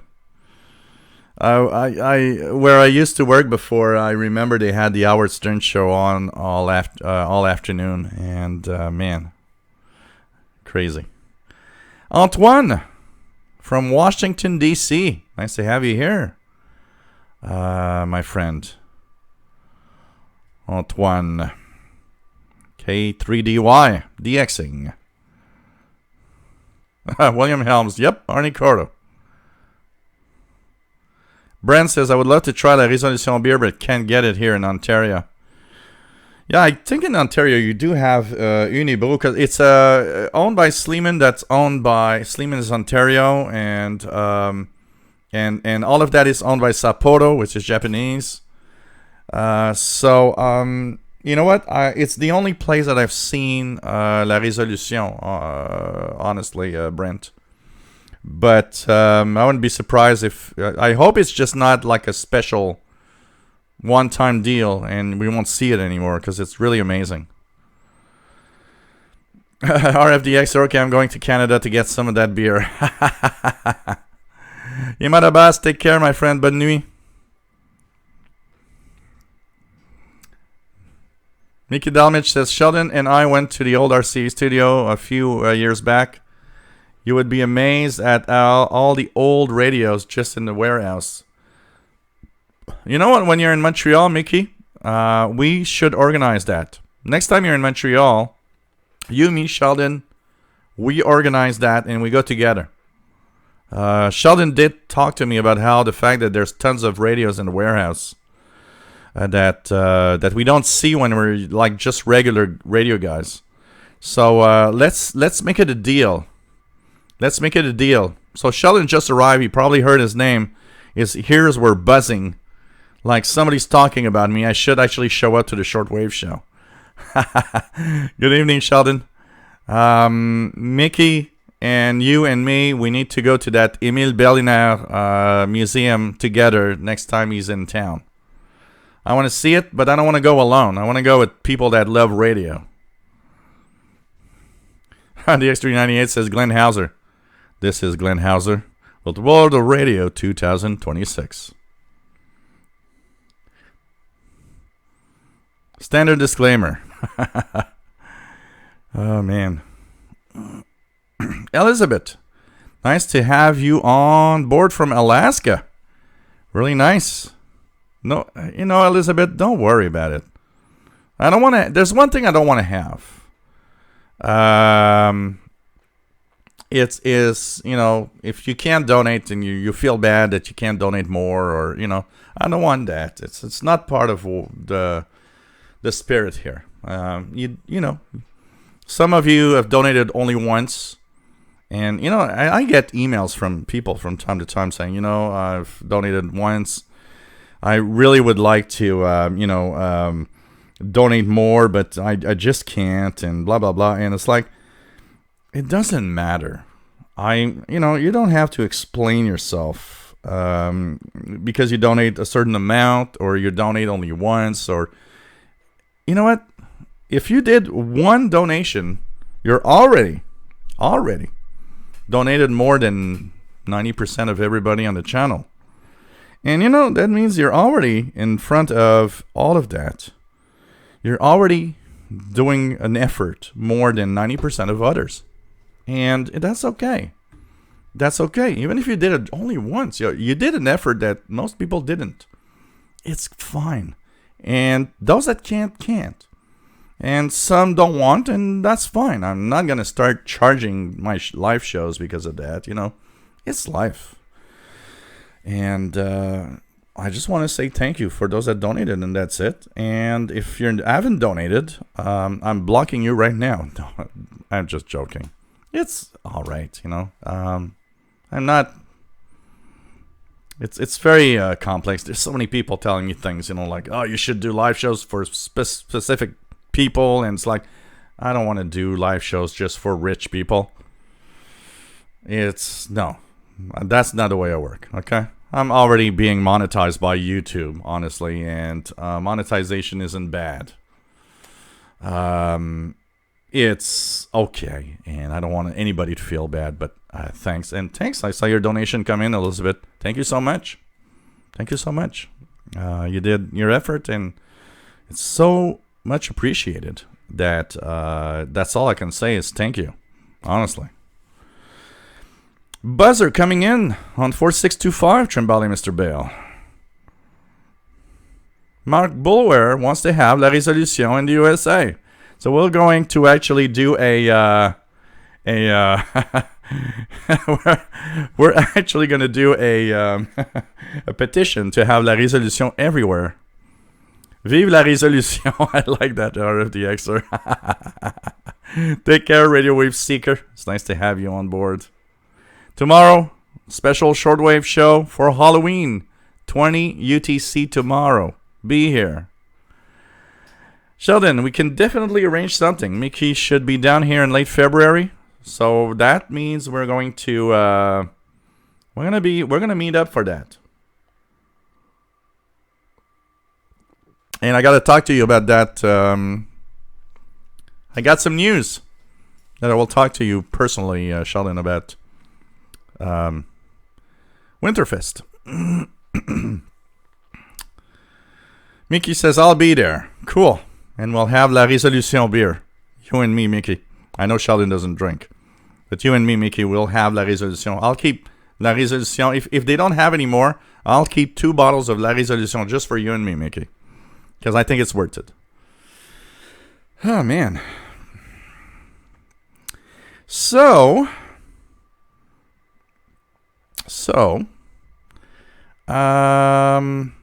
different modes on shortwave, AM. Where do we listen to AM? You listen to AM on the international broadcast bands. Pretty much every station is an AM mode. You listen to AM on some amateur bands. There are some, big gun AMers out there. Like on the 80 meters. There's a gang on 3875, 3880, 3885. Some of the favorite frequencies for AM mode. There's AM, one of the parts where, when the 10 meter band is open. Bottom part of 29 megahertz. There's a lot of AMers there. 7290, 7295. When I was walking the park yesterday, I actually had some AMers on 7295 coming in. 14290, 295. Some hams there.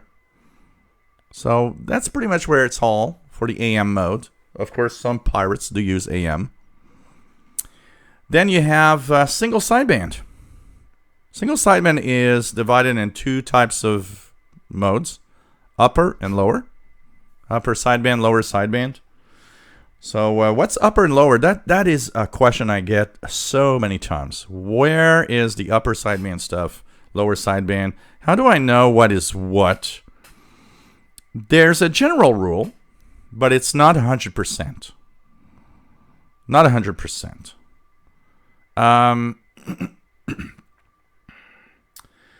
The general rule is that everything that is a digital mode will be decoded using upper sideband. The general rule is everything that's a utility signal, aeronautical, maritime stations, weather stations of any kinds, almost anything that's utility everywhere, vomit stations and so on, they're all in upper sideband. There's some stuff in lower sideband, and usually, you know what, most of what is lower sideband in these bands are often pescaderos, the fishermen, drug dealers, and so what that use the shortwave bands as a means of communications between two people, and that don't know that they're heard thousands of kilometers away. The ham bands are filled with upper sideband and lower sideband signals. The rule there is anything above 10 megahertz in the ham bands, 20 meters, 30 meters, 20 meters, 17 meters. Except there's some CW, but if we listen to a voice, there's no voice on 30 meters, but let's say 20 meters, 17 meters, 15 meters, 12 meters, 10 meters. That's upper sideband. All the voice you'll hear there is upper sideband. Below, sorry, I got I got a little something on the tongue. Okay. Lower sideband will be below 10 megahertz, so 40 meters, 80 meters, 160 meters will be lower sideband for voice. There's an exception to the rule. There's a 60 meter band for amateur radio that's on the 5 megahertz, divided into 5 channels, 6 channels, something like that. That's upper sideband. It's an exception to the rule, but if you remove that exception to the rule, below 10, it's lower sideband for voice on amateur radio bands.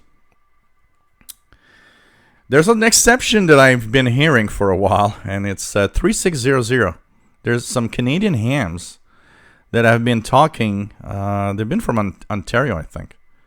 They've been talking upper sideband on 3600, which technically should be lower sideband, but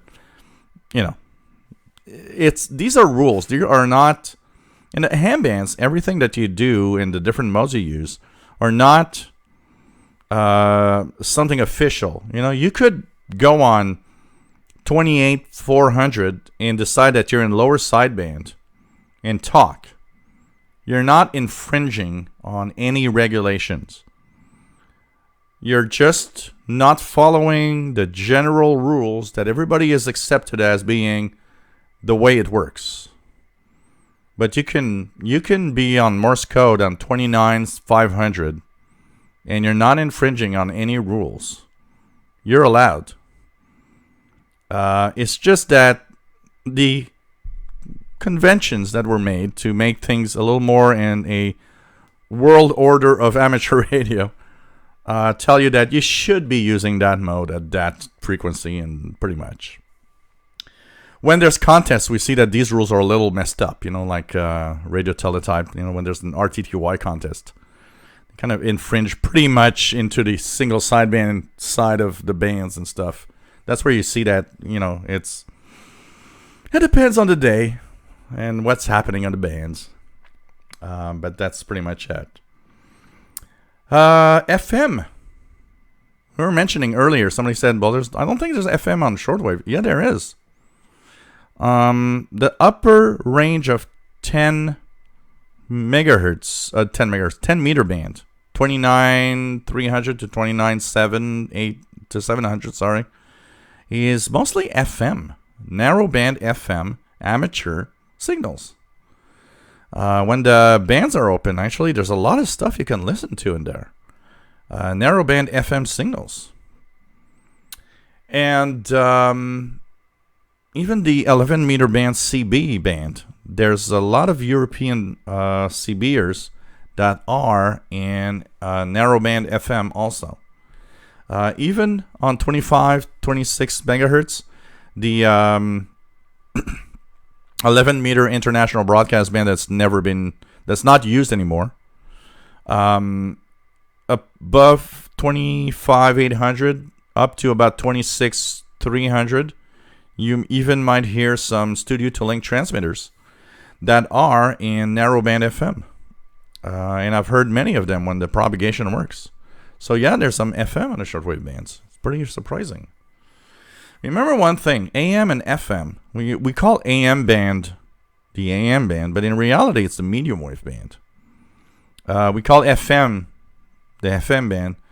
It's VHF. It's just that we use the amplitude modulation or frequency modulation, designing the mode of transmission to identify these bands. But in reality, their real names, if we would use the real name, your radio should be saying, oh, medium wave and VHF, not AM and FM. But that's the way we kind of designed it. And of course, it's a lot more complex than that. There's tons of modes, digital modes, and we'll keep that for a different show. The different digital modes available, which will be another show. Here I wanted to give just a general idea of the main modes and where and when to actually tune in to those, mostly.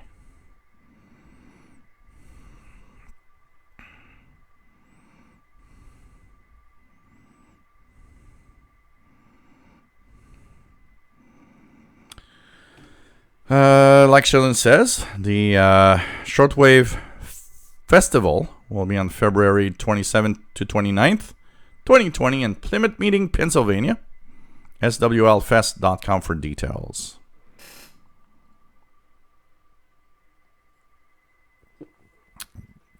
You know what, RFDXer, there's been a lot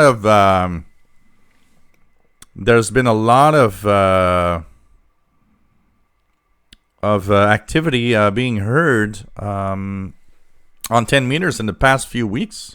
It's kind of interesting.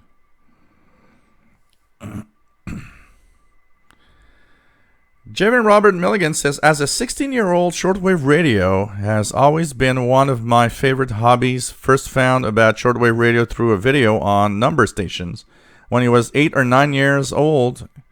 Where in Canada are you, Jevin Robert Milligan? Alberta. Nice to have you here. Mika Dalmej is in Alberta also. Pretty cool.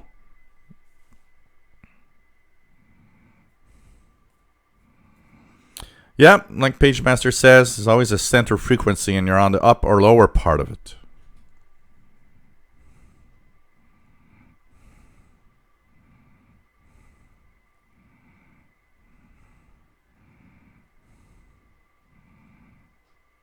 Oh, this month, PageMaster, I haven't gone through it yet. The Spectrum Monitor. FM on shortwave. Cool. Kind of nice. And by the way, if you don't have FM on any radios you own, you can actually tune FM signals still by just tuning just a little off the frequency.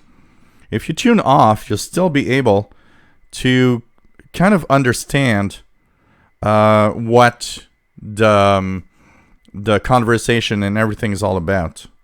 So you don't have to be officially, have an FM capable radio to necessarily listen to these FM.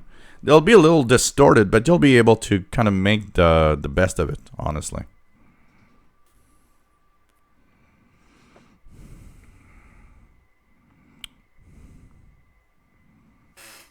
Hey, voila. That's well said. V3KRP. The mode rules are gentlemen agreements. Et voila. That's perfect. Hey, Rick Robbins.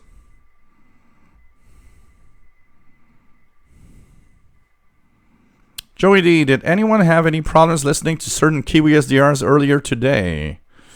Because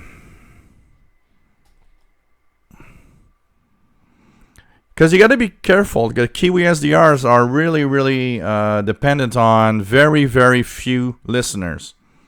That's probably the biggest problem with Kiwi SDRs is being capable of only 4 or 8 listeners at the same time. That's not a lot of people.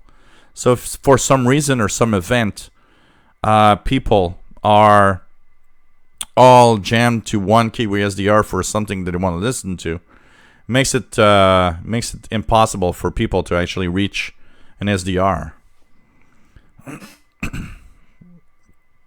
You know, that's interesting, RFDXer. The 10-meter propagation that I saw also was like E-skip, but it faded out, and that's an interesting thing. And a few, I don't remember who, somebody actually noticed and told me.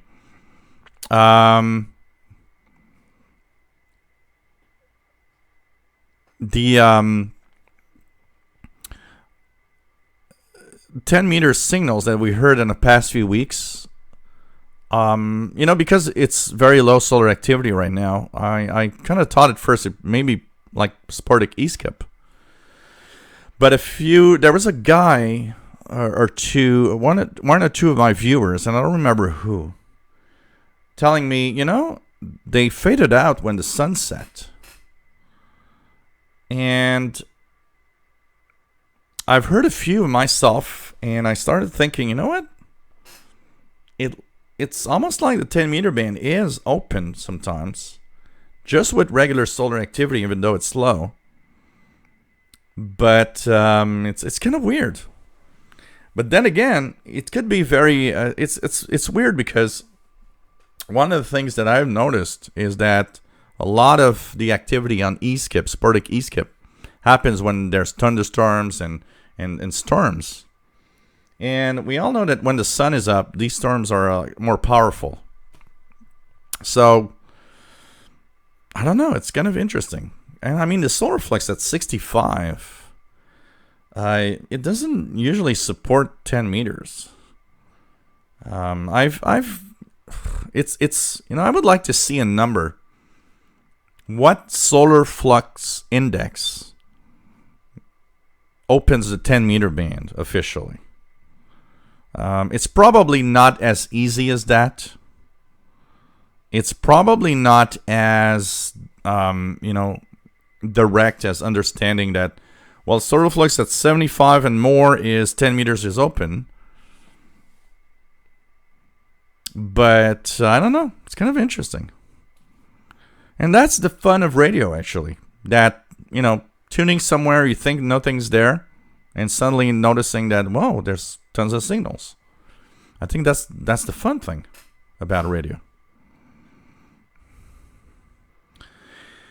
Brent, is there an easy way to remember the frequency ranges associated with the different meter bands, or is it mostly memorization? In my case, it's all in my head, and I can tell you, there's a lot of stuff here. A lot of stuff here.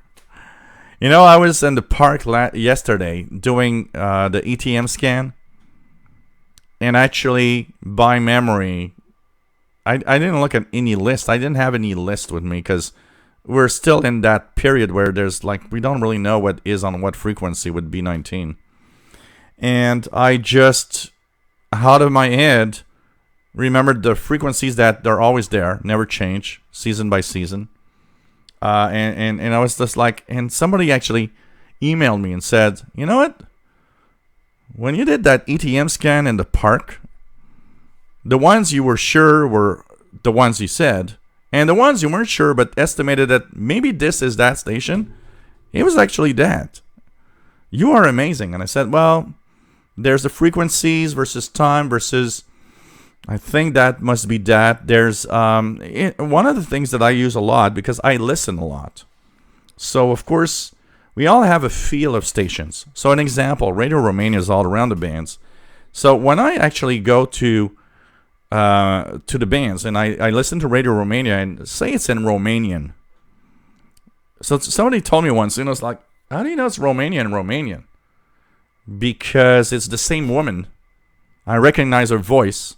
But instead of speaking English, she's speaking Romanian on that broadcast.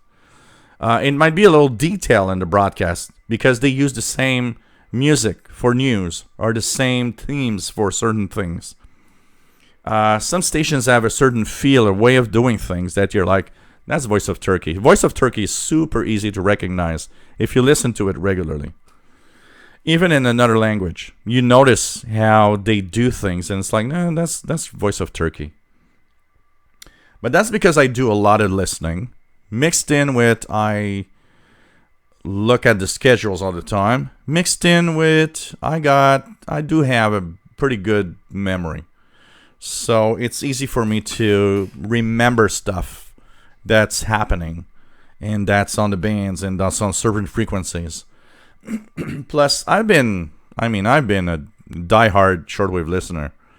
I don't know if we had a scale of the top listeners of shortwave for the last 30 years. I'm not on the top. I'm not going to be the first one, that's for sure. But I will be up there in that list somewhere because I listened a lot and all of that mixed in, the experience and the time and the years, it's all here. Yes, there's a wonderful thing called the Canadian International DX Club that has a bulletin called this Messenger, and that I do need to send in my utility column hopefully tomorrow, at least this week, Sheldon. I'm sorry, but I will this week for sure. Okay. It has a couple of pages that I would like to add at least 1 or 2 pages. I'm in there. I'm working. Okay, Sheldon. Don't punish me, please. So the Messenger is a fantastic little bulletin that you can get, and that is all about radio, not just shortwave. Everything related to radio and every aspect, from amateur radio to AM DXing to shortwave to scanning. There's lots of stuff in there. It's really, really nice. If you've never asked for a sample copy, cidxclub@yahoo.com. Ask Sheldon for a copy. He'll send you the latest edition, which is right now the October edition. You'll see what it looks like. And, Mika Delmage has a column. Sheldon has multiple things in there that he talks about. I have the utility column. There's a lot of stuff to look at, and it's a great publication. And if you do decide to go in there, it's really inexpensive. $10 a year, $25 for 3 years. I mean, come on, this is super inexpensive. It's electronic publication you'll get in your email every month, always full of interesting topics and stuff. So please do ask Sheldon for a sample. Do not do it twice, because we do know who asks for the same, You might do it with different emails, I know, but, ask once. And it's a great publication.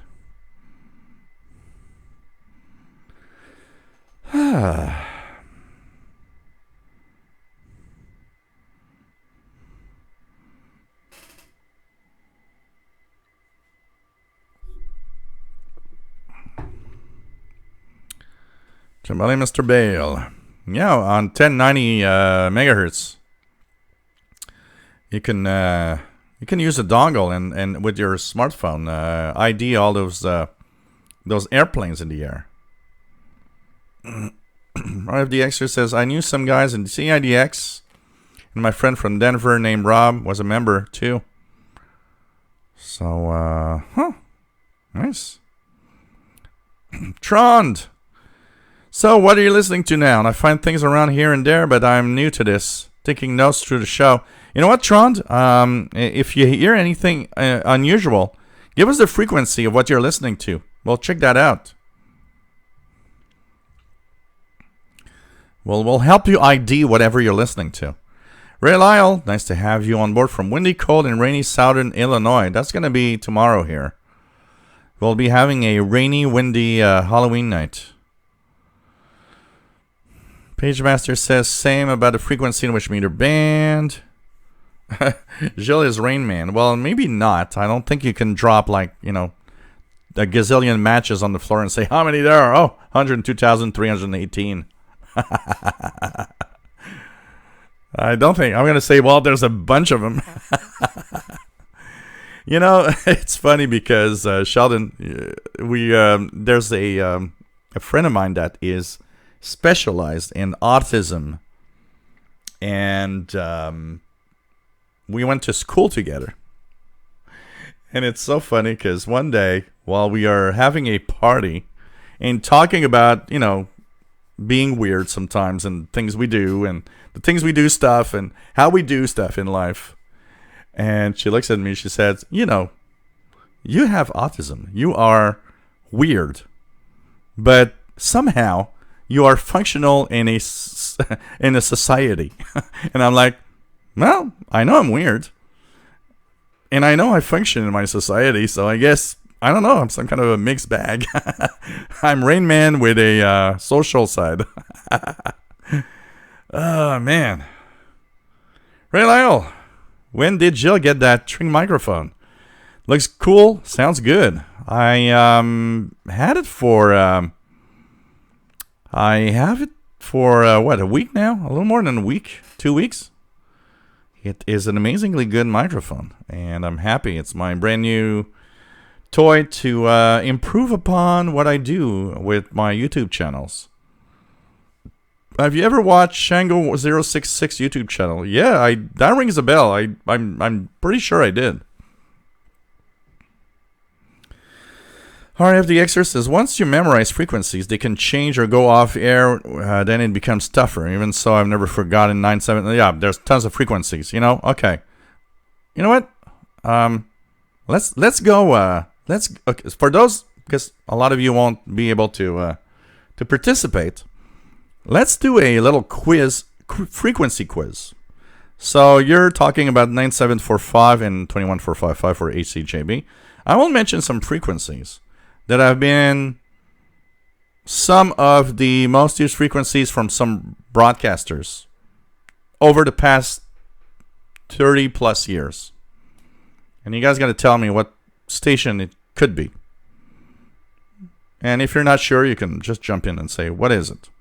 So I'm going to mention a few, okay? Okay. Let me just go down the list here a little bit to make sure that I don't miss anything. Joey D says, listening to the Voice of America English broadcast, and in the shortwave listing says the transmitter is from Botswana. Am I actually receiving a signal from there, or is it a relay?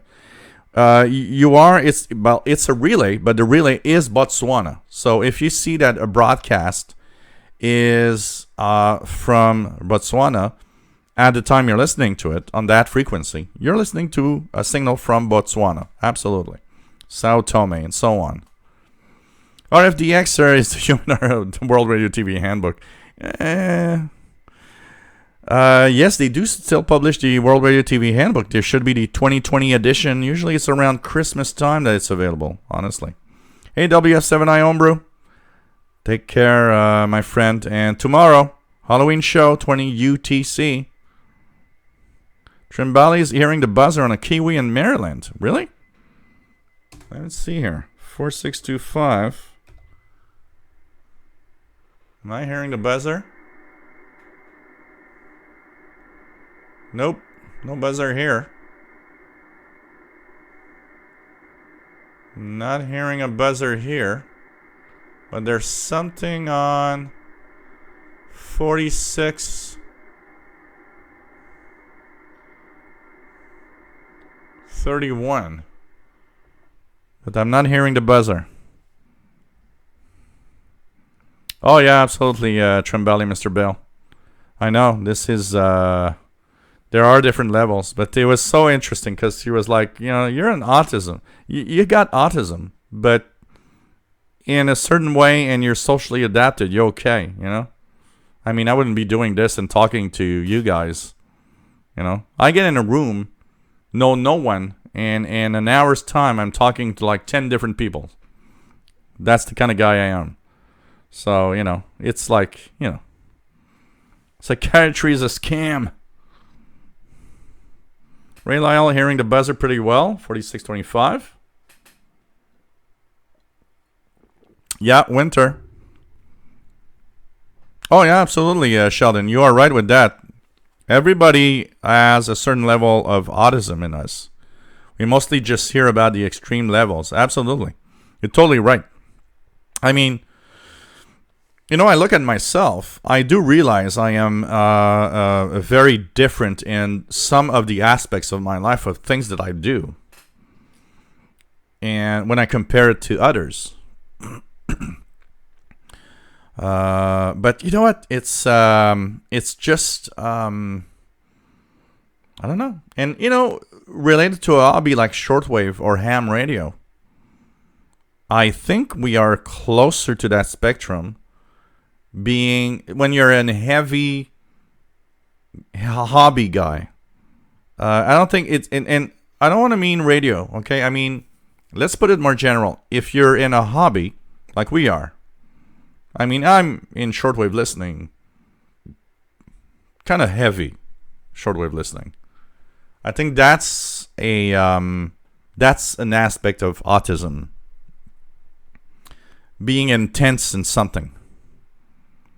Being really intense in something. And I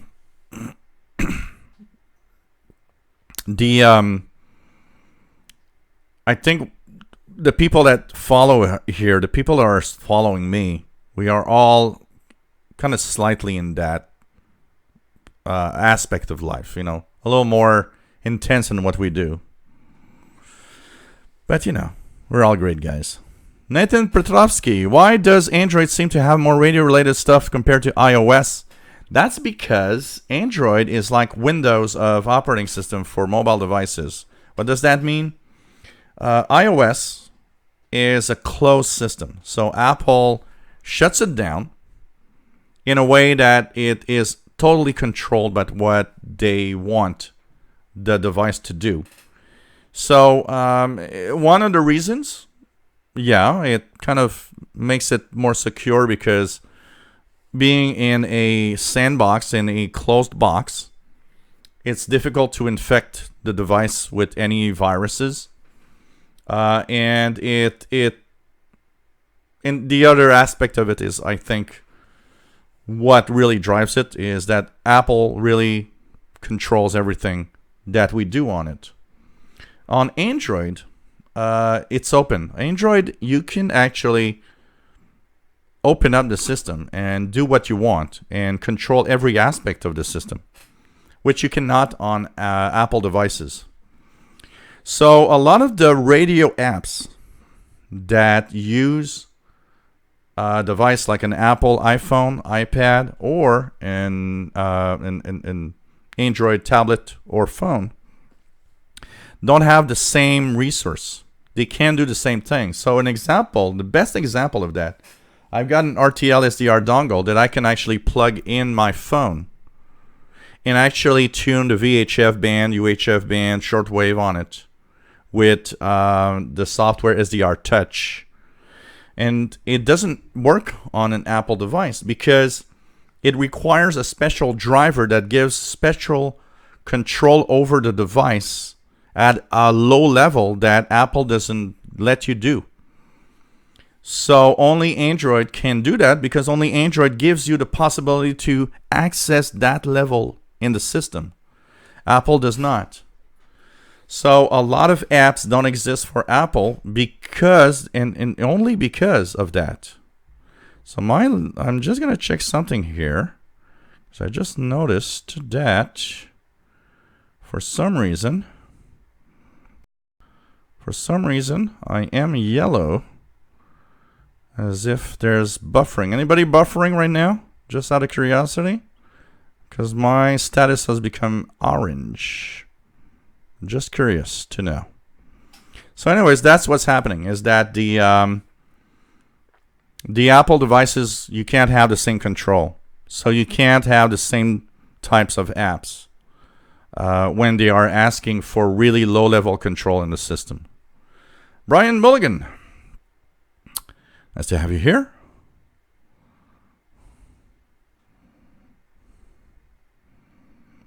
Ray Lyle, try Radio New Zealand's winter frequency 15720. That's impossible here.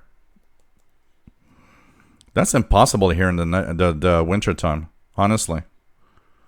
That's the frequency I would hear in the summer, in July. But not in, I'm just checking it right now, but it's still too early. there's nothing there. And there's not even a peep of signal. You know what? One station I haven't checked, and I need to check, is Radio Thailand. 13745 or something. No buffering? Okay, I don't know why. It's my line has gone yellow, which usually means that there's not as well, or not, the output isn't as good. But still, okay, as long as there's no buffering. You know what?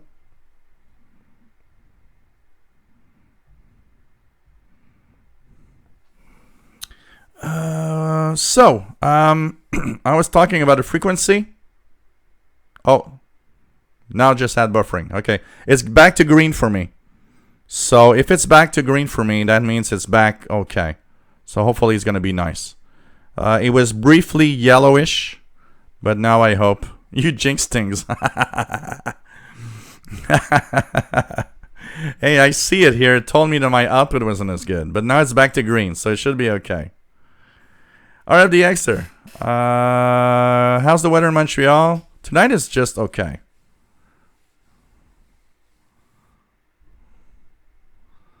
Tonight's just okay, but tomorrow, Halloween, is going to be windy, rainy, and really bad.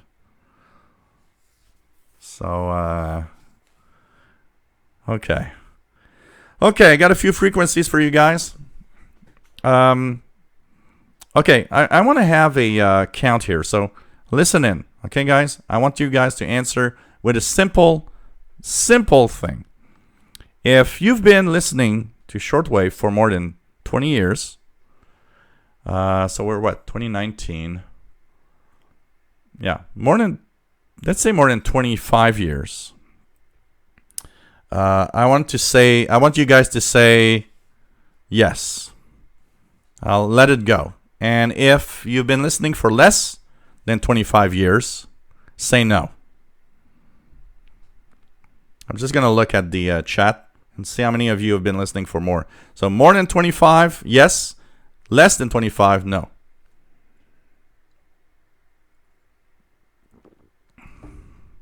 Okay. Interesting.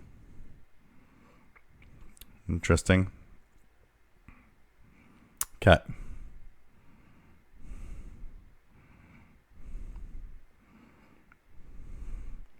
Okay. I'll try to find frequencies that are for both the above and below 25 years. So let's start with the crowd that is more than 25. What station was using 15070 in a 19-meter band? 15070. What was the station using that frequency? Long time ago. It was a regular one. It was heard almost all day in North America. 15070.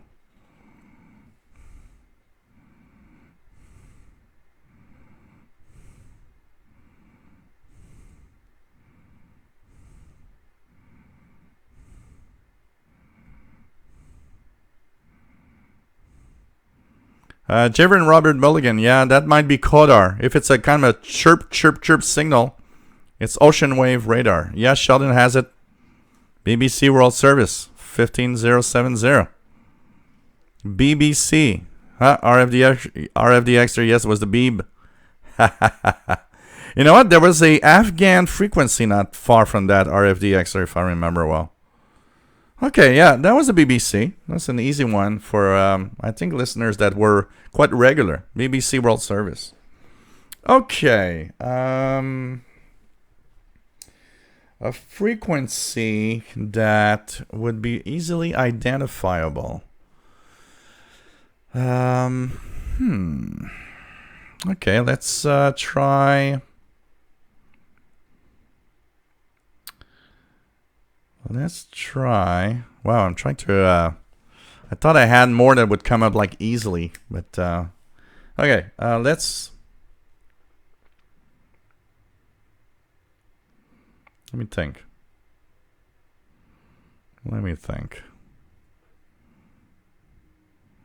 Oh yeah, 15084, something like that. Sheldon, Afghan, because I remember Afghan radio on 15. It wasn't far from the BBC 1507. Oh, it was Iran. Yeah, 15084 was Iran. Iran. 15084. Wasn't it Voice of the Islamic Republic of Iran? Remember when Iran was using all of these freaky frequencies like 9977 or something like that? They were kind of using these weird frequencies. Even Vietnam was using these weird frequencies, kind of off-scale frequencies. Mickey Dalmage says more.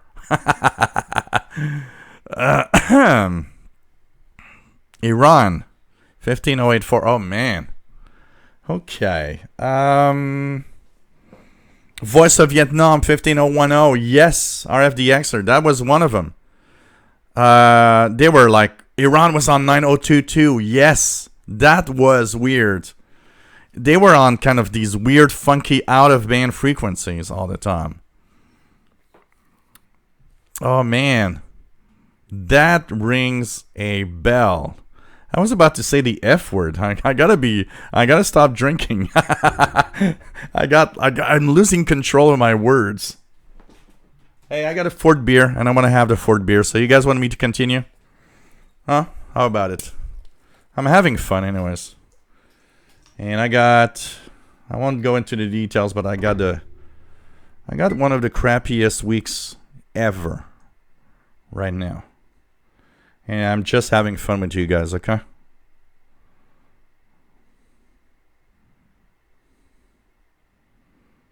So let's have the Ford beer. Okay, shortwave frequencies. Interesting. Okay. Oh man, that rings back. That rings a bell. Okay. Okay, let's go broader, not just frequencies. Okay. What was 11730? 11730.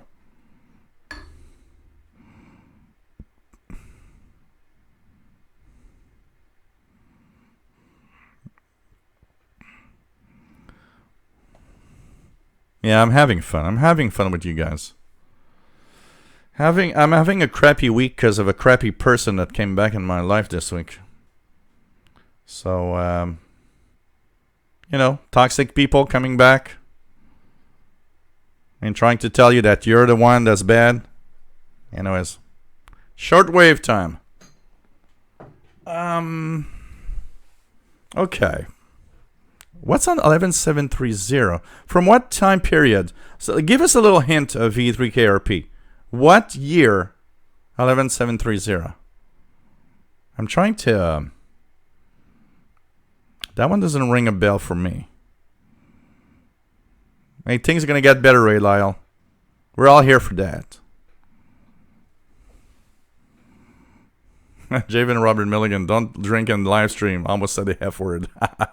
Oh, Indonesia, maybe. Maybe. And toxic people that tell you you're the one that did the shit? Yeah, that's happened this week. So, 17750. Wow, this is interesting.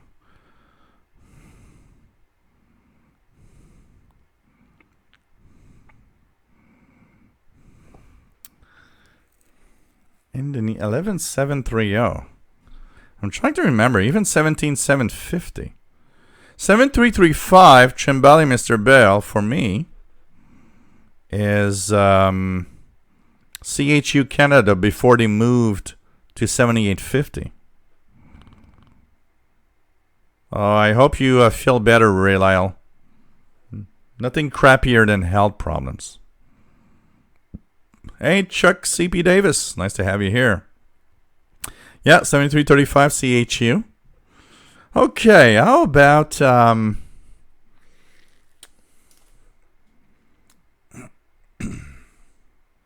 what was the name of the station in Libya in the 80s? What was the name of the radio station on shortwave in Libya in the 80s? Oh, Radio Australia. You know what, Matambali? For me, If you would have said 17795, I would have said, oh, Radio Australia almost immediately. 17795 rings a bell. Oh, you want to have frequency that everybody remembers? What's 9580? What was on 9580? And that didn't leave us that long ago. 9580 in North America is the most well-known frequency of radio. 11730 Radio Netherlands. Yep. Probably because of your location. 17795. My frequencies, night frequencies for my nighttime frequencies for Radio Australia was 17795, 21740 when solar activity was there. Also was very important, and there were several 19. Yes, Sheldon, Jamairia from Libya. I got actually a QSL card with a rainbow. Makes it kind of gay. I'm sorry, I had to say it. What were we talking about? Oh yeah, shortwave. Maybe Gaddafi was. Anyways, let's not go there. Okay. What were we talking about? So 9580. Radio Australia. Don't be misty-eyed for Radio Australia, Matambali. Come on.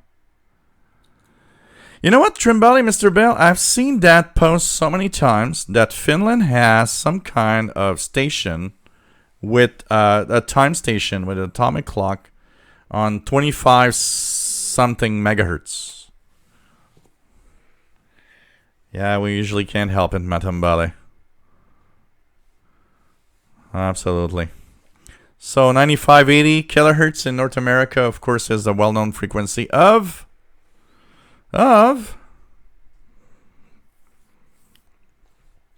We should find a way to do some kind of trivia stuff here on the channel. We should have like a monthly trivia night.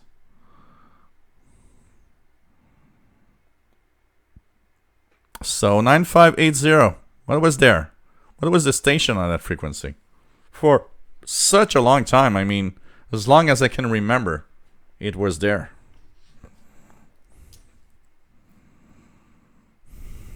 Radio Australia. Yep, Radio Australia. Absolutely, Sheldon. Radio Australia. That was the frequency in North America, honestly.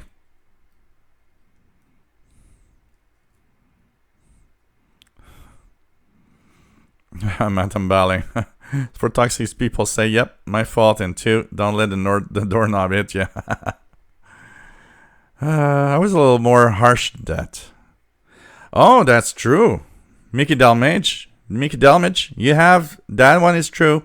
9580 has two significant things. Radio Australia in the mornings and Radio RSA in the evenings. You are right on that. I do remember 9580 Radio RSA in South Africa. So how about 9625? That was the CBC Northern Canada service, Sheldon. How about that?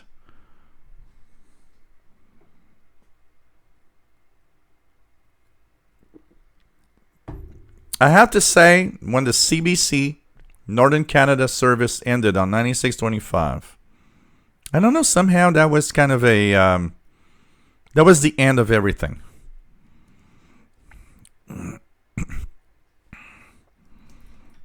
Radio RSA.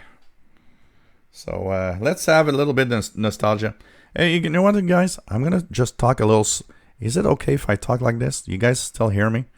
Because I don't want to wake up everybody. You want another beer? But I don't want to stop. I'm having fun, and I think you guys are having fun too.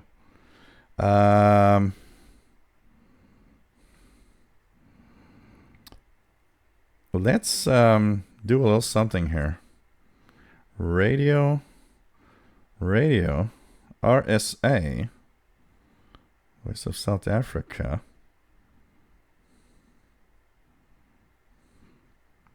And RSA.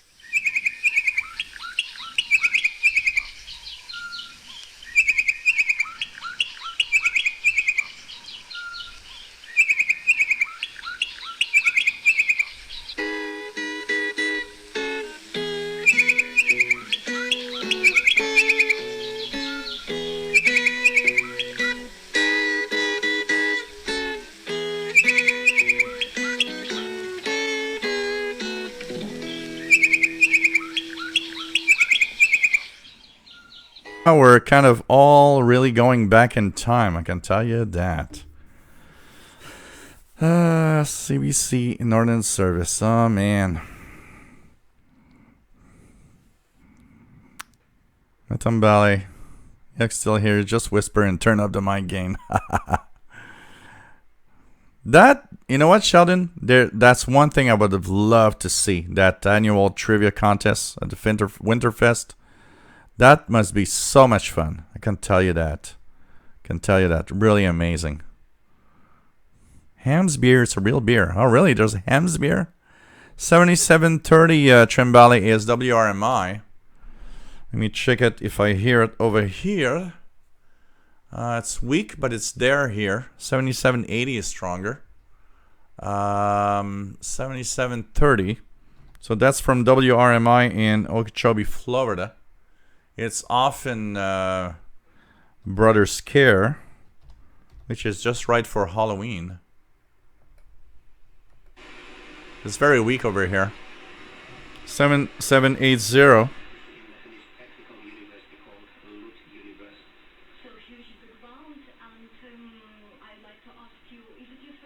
7780 is also WRMI. That's one stronger here, actually. Voice of Islamic Republic of Iran on 5940, William Helms. Wow. Oh, that was Mickey Dalmage. That was Radio Luxembourg. Luxembourg. C'était le Luxembourg en français, Mickey. The Book Macquarie Bird. I don't know. The Buck Macquarie Bird. I don't know if I did. 7570 is also WRMI. 7505. You guys hearing WRNO in Louisiana? What used to be the Rock of the World.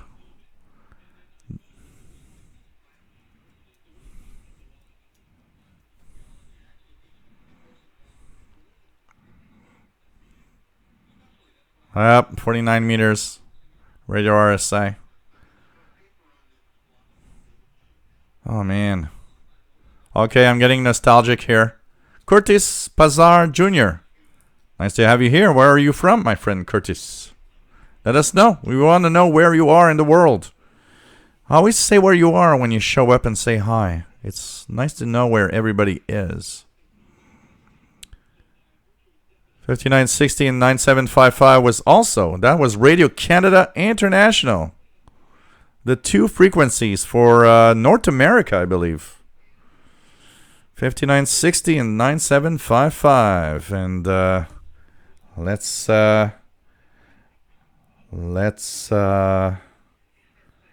Radio Canada International Shortwave. So here we go. New Year's Eve edition. 31 December 1986.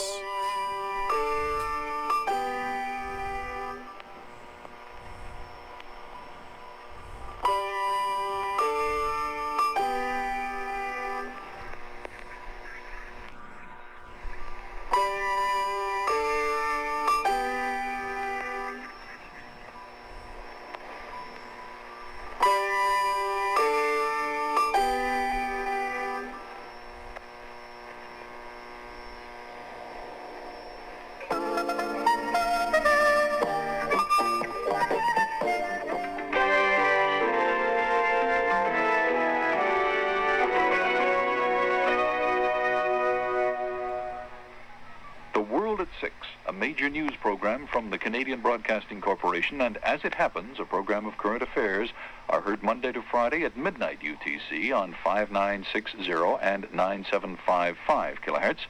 They're also heard later at 0200 UTC on those same frequencies, 5960 and 9755 kilohertz. News and public affairs from Canada, weeknights on Radio Canada International. From coast to coast on CBC Radio and around the world on Shortwave, this is As It Happens.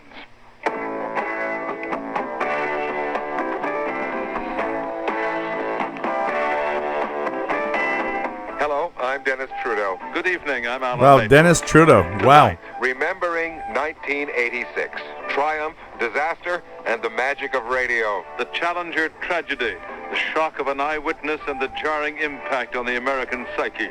Facing death and beating it. A Quebec senior tells us an amazing story of survival. Celebrating the birthday of a bear of little brain. Pooh turns 60. Get your toes ready to tap and your lips ready to blow. Champion fiddling and whistling are on the menu. So's an extra special serving of Fireside Al. As it happens, the New Year's Eve edition. Cork popping radio.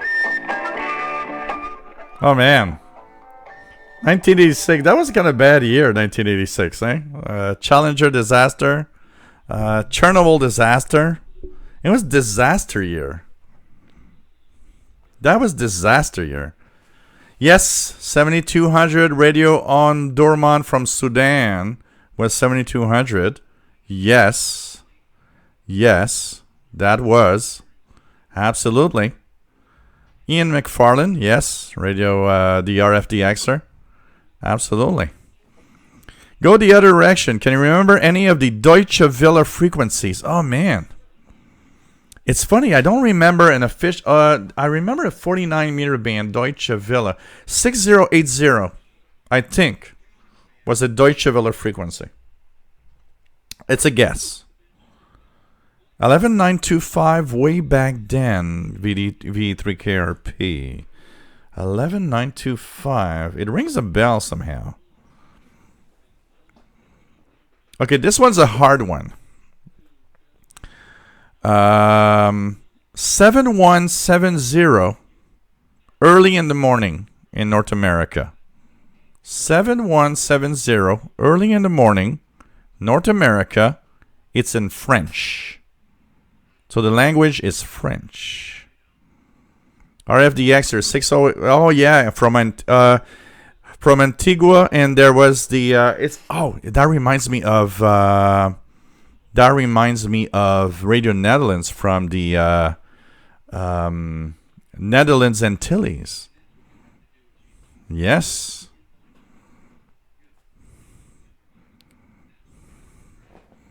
So 7170 French language. Yes. Well, RFDXer. It was RFO, Radio France Outre-mer, from New Caledonia. I would hear that on my DX302 at like 12 UTC. Radio Sweden, 11705. Wow. You know, they had so many frequencies. Our Radio Netherlands was had many frequencies at the time.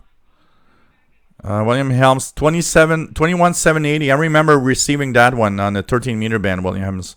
Absolutely. 21780 was one of the Deutsche Welle frequencies. 6165, Trimbali. It was 6165. That was 6165. I think that was the one from the Netherlands Antilles. That is 6165. Yes, I remember that. Oh, look at that. I got an email popping up saying that my credit card account has been canceled from a bank that I don't have a credit card from. Should I answer back?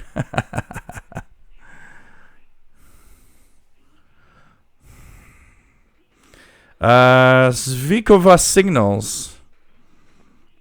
If it's what's on 6165 now, Mr. Trimbali?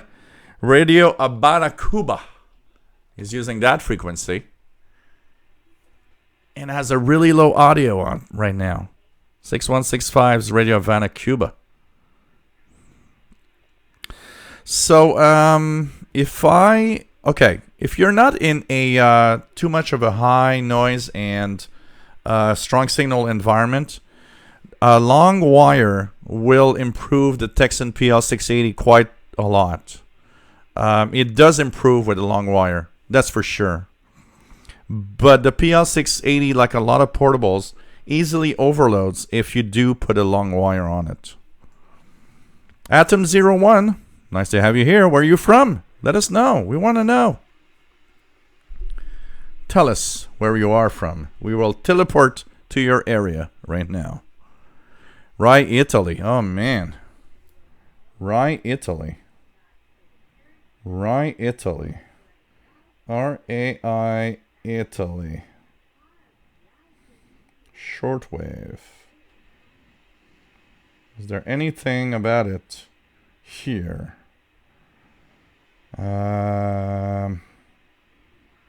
Interesting. There's not a lot of stuff about Rai, Italy when you go here. Ay, ay, ay. Interesting. Radio Televisione Italiana.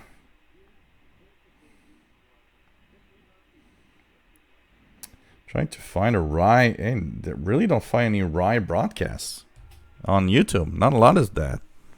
Pretty cool.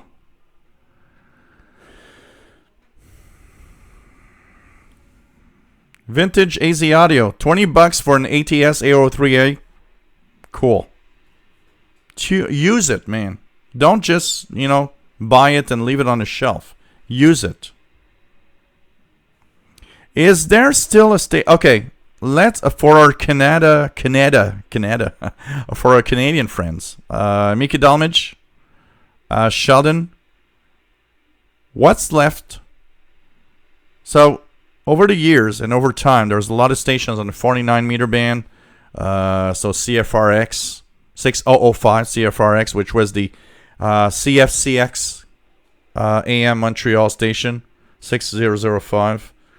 But there was a lot of stations reported on 6030, 6070 CFRX Toronto, 6160 I think had a few.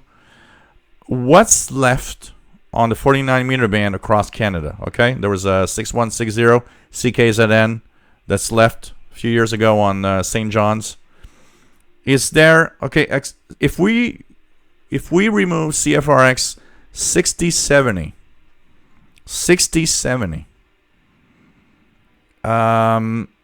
any other Canadian stations still broadcasting on the 49 meter band? I know out west, I've never heard anything past Toronto on the 49 meter band. I've heard CFRX Toronto. I've never heard anything in the west.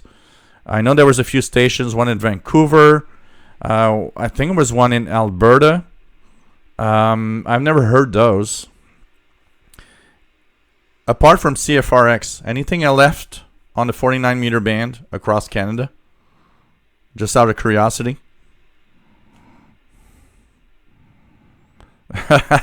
Sheldon Harvey. You know what, Sheldon? What I liked about Rock Me Amadeus was the video clip. But apart from that, yeah, I know how you love the 80s and the music.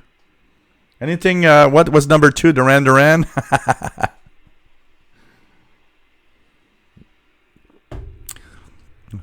Yeah, Radio Cairo 9475, I remember. You were in 1971, V3KRP. 9475 was a frequency of Radio Cairo throughout the 80s also. But, not about medium wave or RFDX. I'm talking about shortwave, because there were quite a few shortwave relays out there on the 49 meter band. 6030, 6160. There was a few stations. Anything left apart CFRX in Toronto?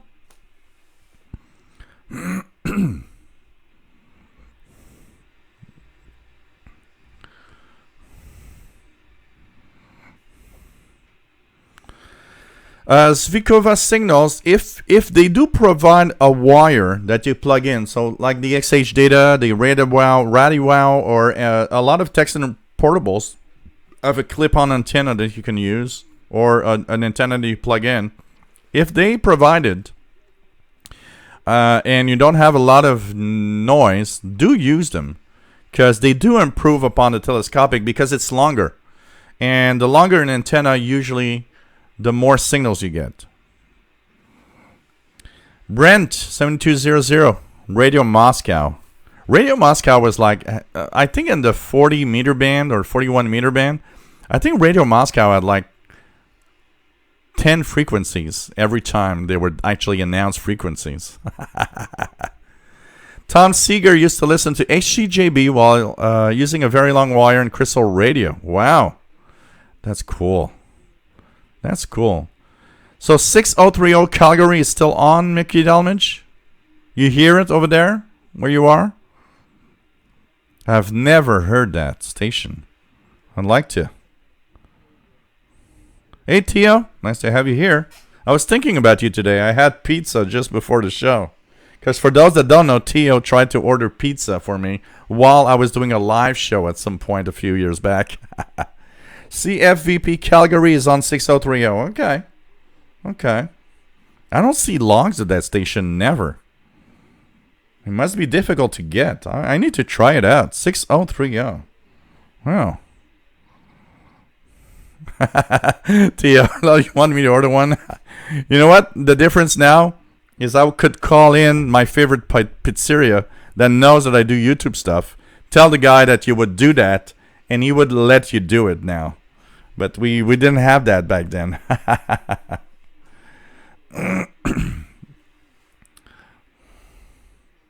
Okay, so there's only 2 stations left. CFVP in Calgary and 6030 in Toronto on 6070. Okay, cool. So 2 stations are left. Okay. V3KRP Gannon Broadcasting Corp in Accra 17910. Oh, another station. By the way, we were talking about off-frequency station. Do you guys remember the odd frequencies used by Voice of Greece back in the 80s? Voice of Greece was one of those that also used odd frequencies, if I remember well.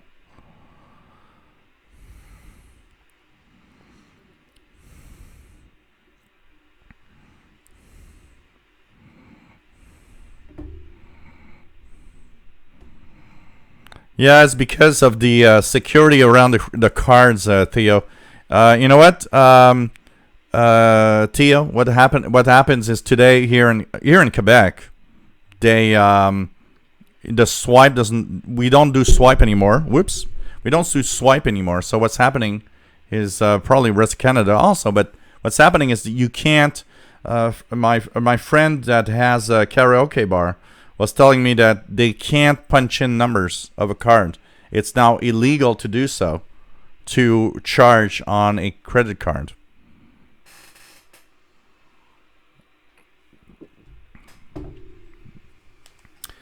Javen Robert Mulligan, just looked it up. CFVP Calgary at 1310 UTC.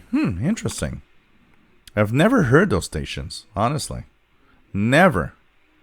I need to try it.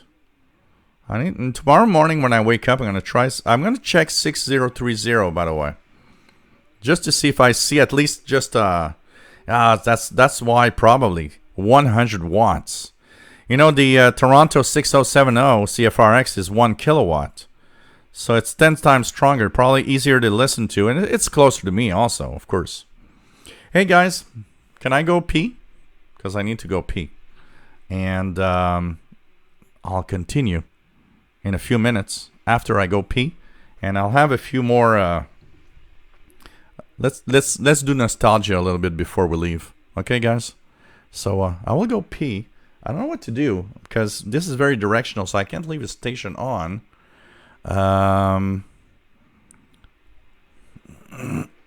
What could I do? What could I do to just pee in an empty beer container? Yeah, right. I'm gonna do that. So okay, it's gonna be quiet for a minute, and I'll be back. I don't know if you guys can hear. Let's put Radio Havana, Cuba. I don't know if you guys can hear it, but we'll leave it on. And I'm back in 1 minute after I go pee. Okay? Do not hold it in.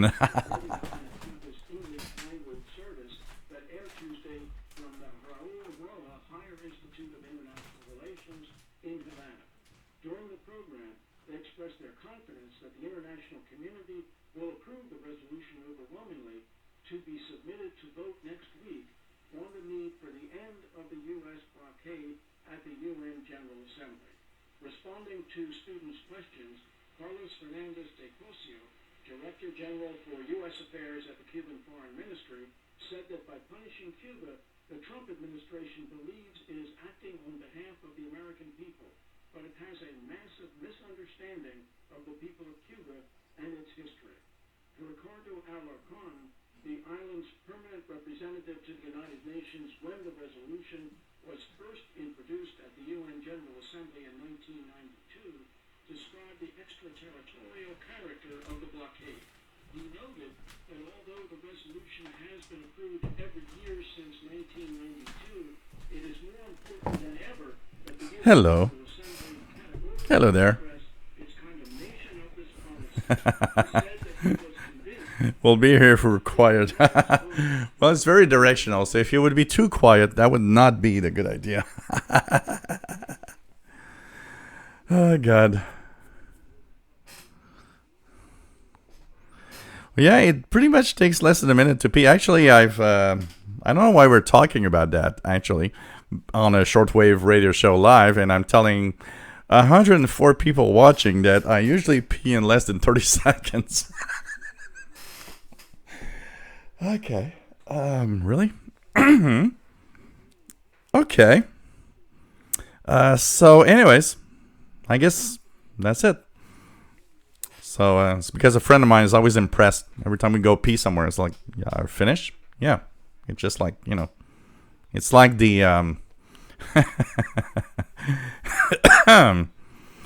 yeah, Tio West, it's actually sending, Tio, it's just that the tomorrow's going to be really, really bad weather, wind and rain and everything.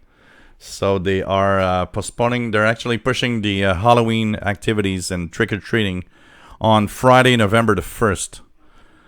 And my joke with that was later today on Facebook was like, yeah, don't forget that your candies can have sugar, fat, gluten. They can't have nuts. Remember that paper is very, very, very. It's it can cut people. It's a very, very bad thing to use. So please use bubble wrap that is biodegradable and approved by Greta Thunberg to make sure that everything's all right.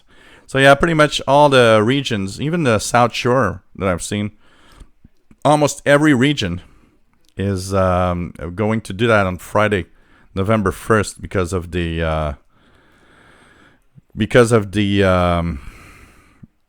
bad weather. Yes, Cosmic Lettuce, I believe, still does his show every day at 10 p.m. Was it 02 UTC, somewhere like that? I think it does. I think it still does. Is Cosmic Lettuce still around? I believe he does. I'm going to tell you guys. I'm going to check it out here. His astronomy show. Cosmic Lettuce. Cosmic Lettuce. Cosmic Lettuce. Stream live. And his last show is... oh, that's interesting. I see 2 months ago here. 1 month. Let me just check it out here. Videos.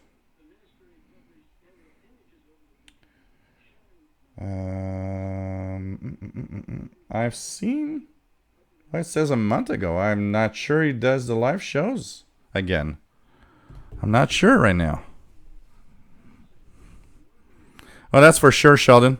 That was I was thinking. I was like, okay, kids are gonna be there each day. They're gonna have 2 more. Okay, guys, you're gonna laugh at me, but look at this, okay? And that's the reason why I never buy any candy. So this container had 150. Yes, 150 mini chocolate bars on Monday. There's 1, 2, 3, 4, 5, 6, 7, 8, 9, 10, 11, 12, 13, 14, 15 left on Wednesday. So I'm probably going to weigh 10 pounds more in the next few days. And that's why I'm not going to buy any more of these. That's the way it goes. Oh, man. Okay. Yeah, I don't know where's Paul. I haven't seen it. I think he's outside.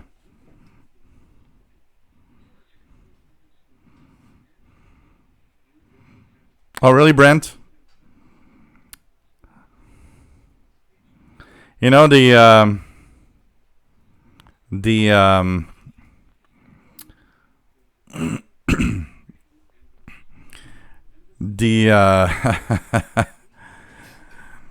when I was young, I remember going out for Halloween and coming. You know what? I had a lot of great times at Halloween when I was. Well, you know what, Sheldon? I purchased them because they were half price already at Jean Coutu here. I believe they haven't sold much. So, because I don't buy them full price usually. So anyways, I usually had a good time. I remember one Halloween where I had candies and there was these big guys that came up and threw me eggs. And it was full of eggs everywhere. And my mom looks at me and says, "What happened to you?" Oh, some guy threw eggs. And they all expect me to cry or something. And I'm like, yeah, I'm full of eggs. I want to just, go in the bathtub and clean myself. But no, I'm not going to cry. I got candy and I'm happy. One of those weird things.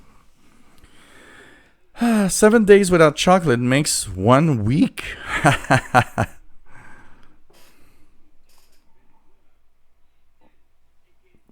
Yeah, of course I gotta buy more chocolate for the kids. But the kids are here. Oh, man.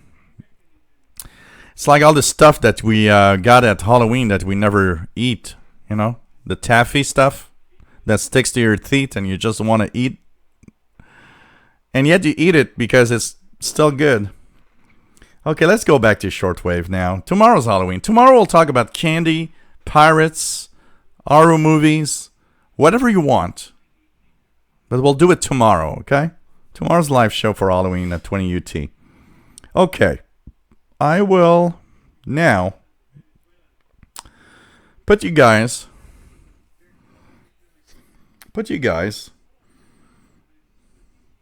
And my phone is great. It tells me I'm actually live right now. So, what interval signal is this? Okay. You ready, guys? Here we go.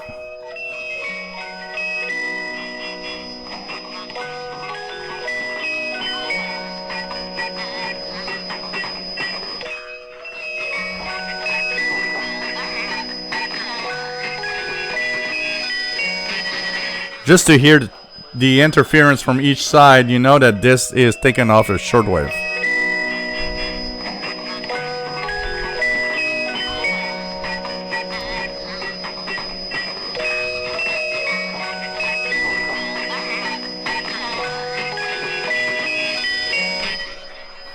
And we have a winner.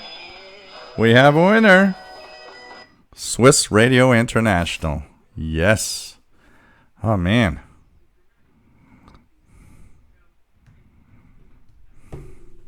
Is that the vet dying his fur back? Oh, man. So Swiss Radio International. Yep. Sugar daddies. Oh, man. Swiss Radio International. Absolutely. Let's now do another one. So, what station? Candy surprise, yes. The winner of the next interval signal means I am taking a plane and going to visit you tonight. Wish I had $1 million to do that. So, what is this interval signal? Right here. Hey, I lost it. Here we go. What station is this?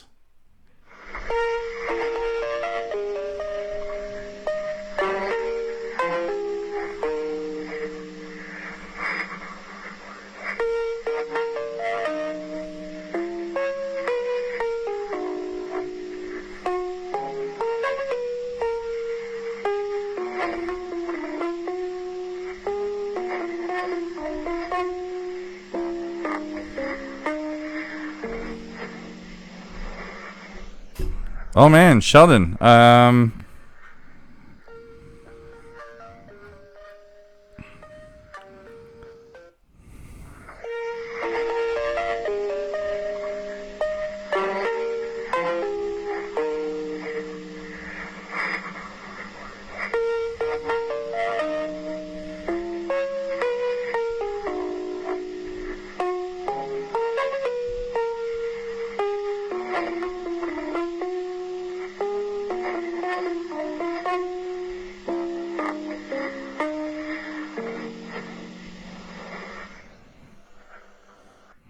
Okay, Sheldon, your question. What other shortwave station used the transmitter of Swiss Radio International? Okay, I'll guess. Could that be United Nations Radio? It's a guess. Maybe you're going to say it and it's like, oh man, yeah. United Nations Radio.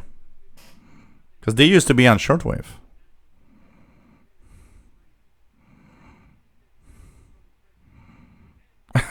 Matambali, I gave up. Can't remember. They used odd frequencies. Voice of Greece used odd frequencies in the day, I remember.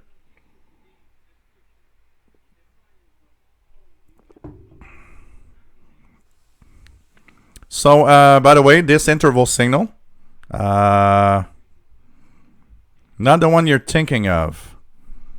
Okay, let me think 2 seconds, Sheldon. RFDXer is right. It's Radio Norway International, by the way. This was Radio Norway International. And one question more about Radio Norway International. What was unique to a English language listener about Radio Norway International? So if you spoke English only, when did you listen to Radio Norway International? Because you couldn't listen to it all the time.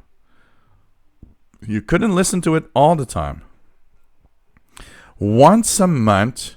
Oh, the Red Cross station. Sheldon, Red Cross. The Red Cross station. La Croix Rouge. In French. Wasn't it the Red Cross broadcast? Sheldon? This isn't fast enough. It should be like instant. Like all of you should be here. The Red Cross broadcast is the once a month thing. So, what was... c'est ça. I knew it. International Committee of the Red Cross. I was thinking about it and said no, because when I said United Nations, I said, yeah, I'm not sure it's that.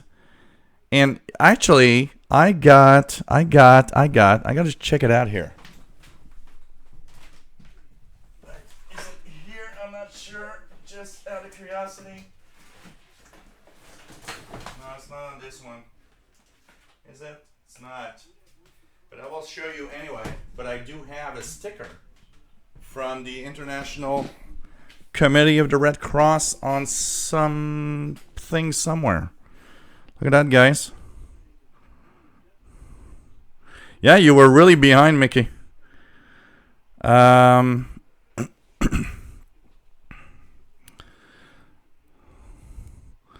So what was unique? I want to hear from you guys. Radio Norway International, there was something special about their English language broadcasts. What was it? When did you listen to Radio Norway in English back then? And while you guys think about it, here's some stickers. So Radio Prague, NHK Radio Japan, look at that, Radio Canada International, This one is, I believe, from radio. This is Voice of Free China. Okay, that is another quiz question. Voice of Free China is known under what name today? Just out of curiosity. So Radio Romania, the small one here. So Voice of Free China.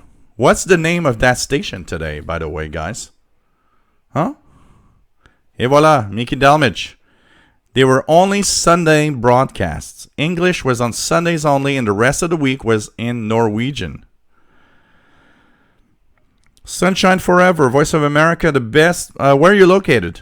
The best frequency that you can hear in North America, 2 frequencies. 15580 from Botswana is pretty good, but they have a new frequency at B19 that I heard yesterday or the day before, 11720. 11720 is really amazing here in North America.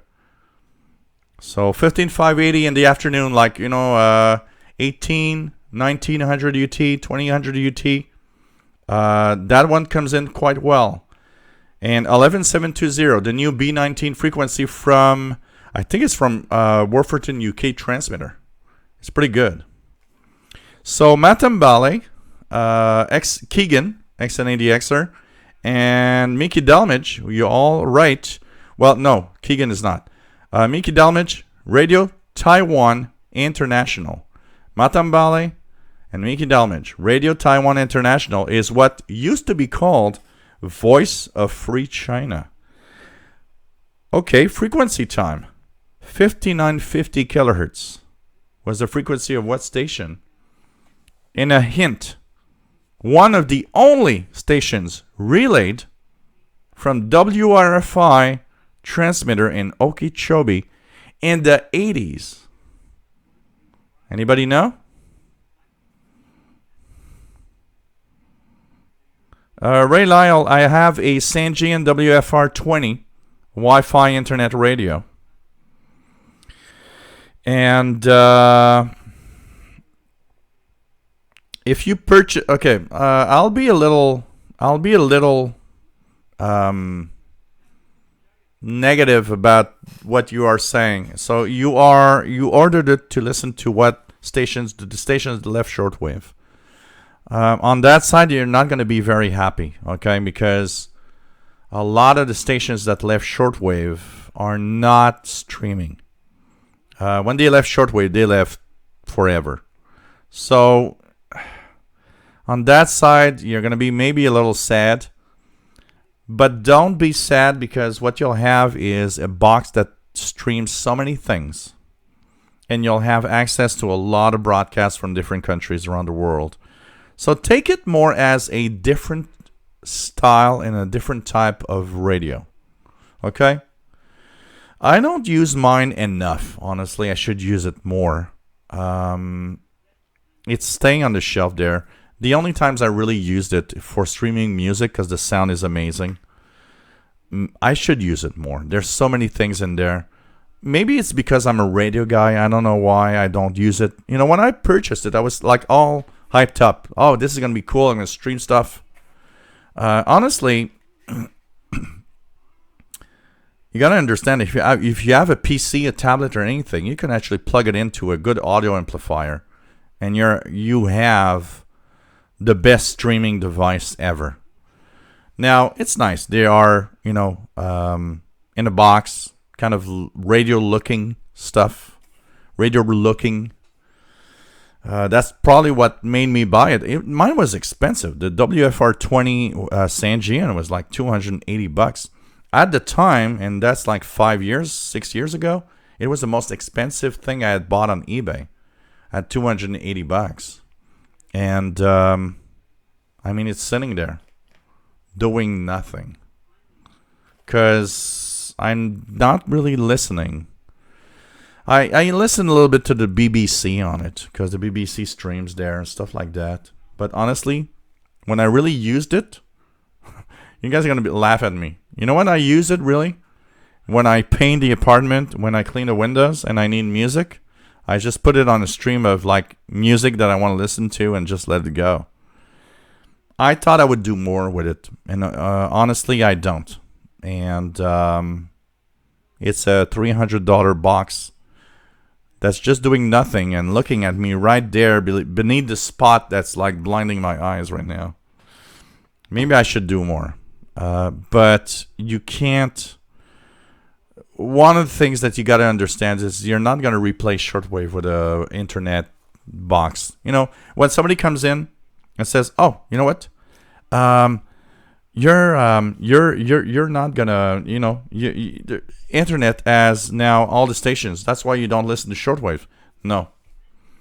Almost everything that we lost from shortwave, we lost forever. It's not streaming in any way. So when we lost it, we lost it. Radio Netherlands is not on the internet. Radio Netherlands decided it's over and out everywhere. And a lot of stations are like that. But like I said, take that box, because, you know, I thought about, probably when I purchased it, half of what I thought was that. I am going to buy that streaming box to compensate the loss of shortwave. Maybe I did purchase it for that. I don't know. It was kind of another world, kind of interesting. But I realized that I don't use it, and that it's an expensive box, honestly. You know? It's crazy. 11,635 at this time. I don't have anything here. Eric the Green, 5950. Yes. That was China Radio. Voice of Free China. United Nations Radio. Yep. They were on multiple transmitters, Sheldon. You're right. Multiple transmitters. Hey, take care, Brent. It was nice to have you on board. Tomorrow, Halloween show, 20 UTC. So, it was Voice of Free China, Mickey Dalmage. Voice of Free China, which is today Radio Taiwan International. So, Eric the Green is close. Voice of Free China was 5950 via the Okeechobee transmitter site. Vintage AZ Audio says, I have a Grace Wi-Fi radio receiver. Works good, but prefer Real EX. I think we're all the same. We're all in the same thing here. Honestly. We're all in the same thing. I mean, we buy these things. Maybe because... take care, Fast Eddie. I think we buy those maybe thinking they could replace what we enjoyed in our shortwave hobby. But they don't. Honestly, they really don't. Crazy. So, okay. Let's do another one here. Let's do another one here. What station is this?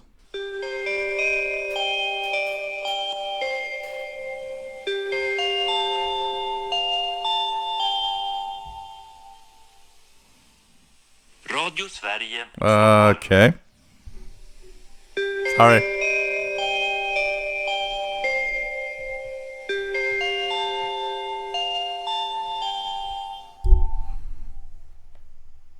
So, this is Radio. You might have heard. Radio Sweden. Mickey Dalmage. Radio Sweden in Stockholm. RFD Extra says, shortwave radio hobby shaped my career. You know, I think it, for a lot of us that have been listening for a long time, it changed forever who we are. It's strange what I'm saying now. But you know what? I have the impression that a big part of my life was shaped and changed because of that. I discovered the world. Honestly, you know, when I listen to... I'm going to check something. I think I'm just 2 seconds.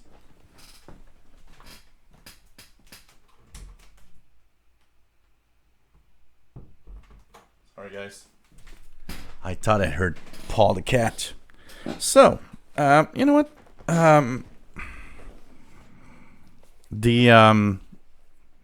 When I started listening to shortwave, I mean, okay.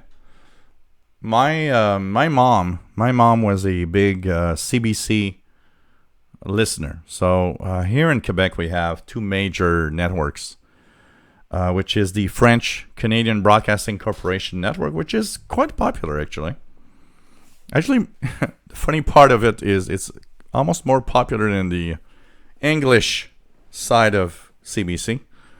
And we have TVA, which is a network, another French language network. So the major difference between both networks is that one is more into the local side of news, and the CBC was much more into the international side of what happens in the world. And my mom, if there's something that I gotta say, that I come from a very complicated life and a very complicated family. But if there's something I gotta say positive, is my mom was listening to the CBC French. So I knew what was happening in the world. I would talk to my friends and notice that I knew more about the world than a lot of my friends actually knew.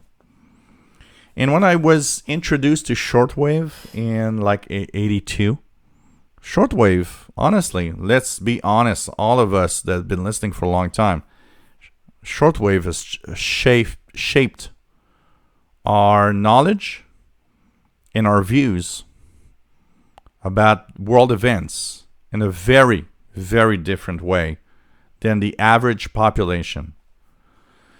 You know what? To a point where I think shortwave listeners probably vote, and we're not going to go politics here, but I would think active shortwave listeners for a long time, we might be voting a different way because of our knowledge of the world and knowledge of what's happening. I would say that knowing what's happening around the world a lot more than the average people. My nephew listens to the BBC World Service because of me. And when we meet, he actually tells me, "Oh, have you heard that news about this thing happening in Africa?" That we have no idea because the local news has not talked about it. And you're like, yeah, I know. I think it's a life-changing and an experience-changing effect on everybody to know more about the world that is around us. Because the world around us is, fucked up. I'm sorry, but I mean, you cannot use another word than that. And knowing what's happening, thanks to our hobby, thanks to what's happening in what we listen to, and not being closed down. You know what? If I would be in the reality of my own world here, I might have been closed down in a very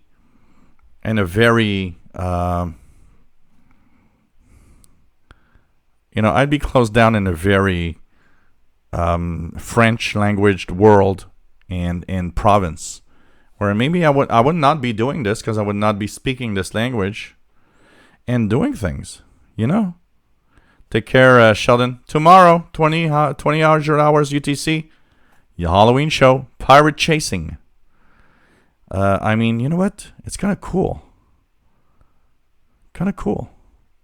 To know that you know more about everything around you. And I think people that know more about what's happening in the world are much more open to what is happening in their own country, and the politics and whatever is happening in their own country. So you know what, guys? We've been on for 3 hours and 35 minutes. How about it? So, hey, you like what I did? Don't forget, a little PayPal something. If you like what I do, little PayPal donation is something that could help out. PayPal.me/shortwave. Hope you enjoyed tonight. And you know what? Tomorrow we will be live. And you know what? Tomorrow we don't know what's going to happen. Honestly. Tomorrow we don't know what's going to happen. It's Halloween. We really don't know. Yahoo email. Did you see here? Thanks for being great fans. Take care, my friends. And I'm going to continue listening to Shortwave a little bit more. And see what's on the bands. I see there's a big signal on 11670. That I think is Cuba. There's 11780 is gone. So I don't know. We'll be tuning the bands. So tomorrow, Pirate Chasing. 20 UTC tomorrow, Halloween day.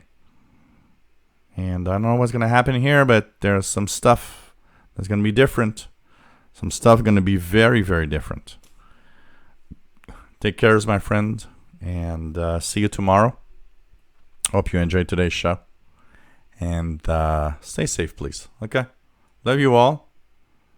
Whatever our opinions, whatever who we are, and what's happening, you know what? Just, we love all of us, our radio guys, and we just be united as one. Take care, guys. Stay safe. And tomorrow, 20 UTC, 4 p.m. Eastern, 1 p.m. Pacific. Bye-bye.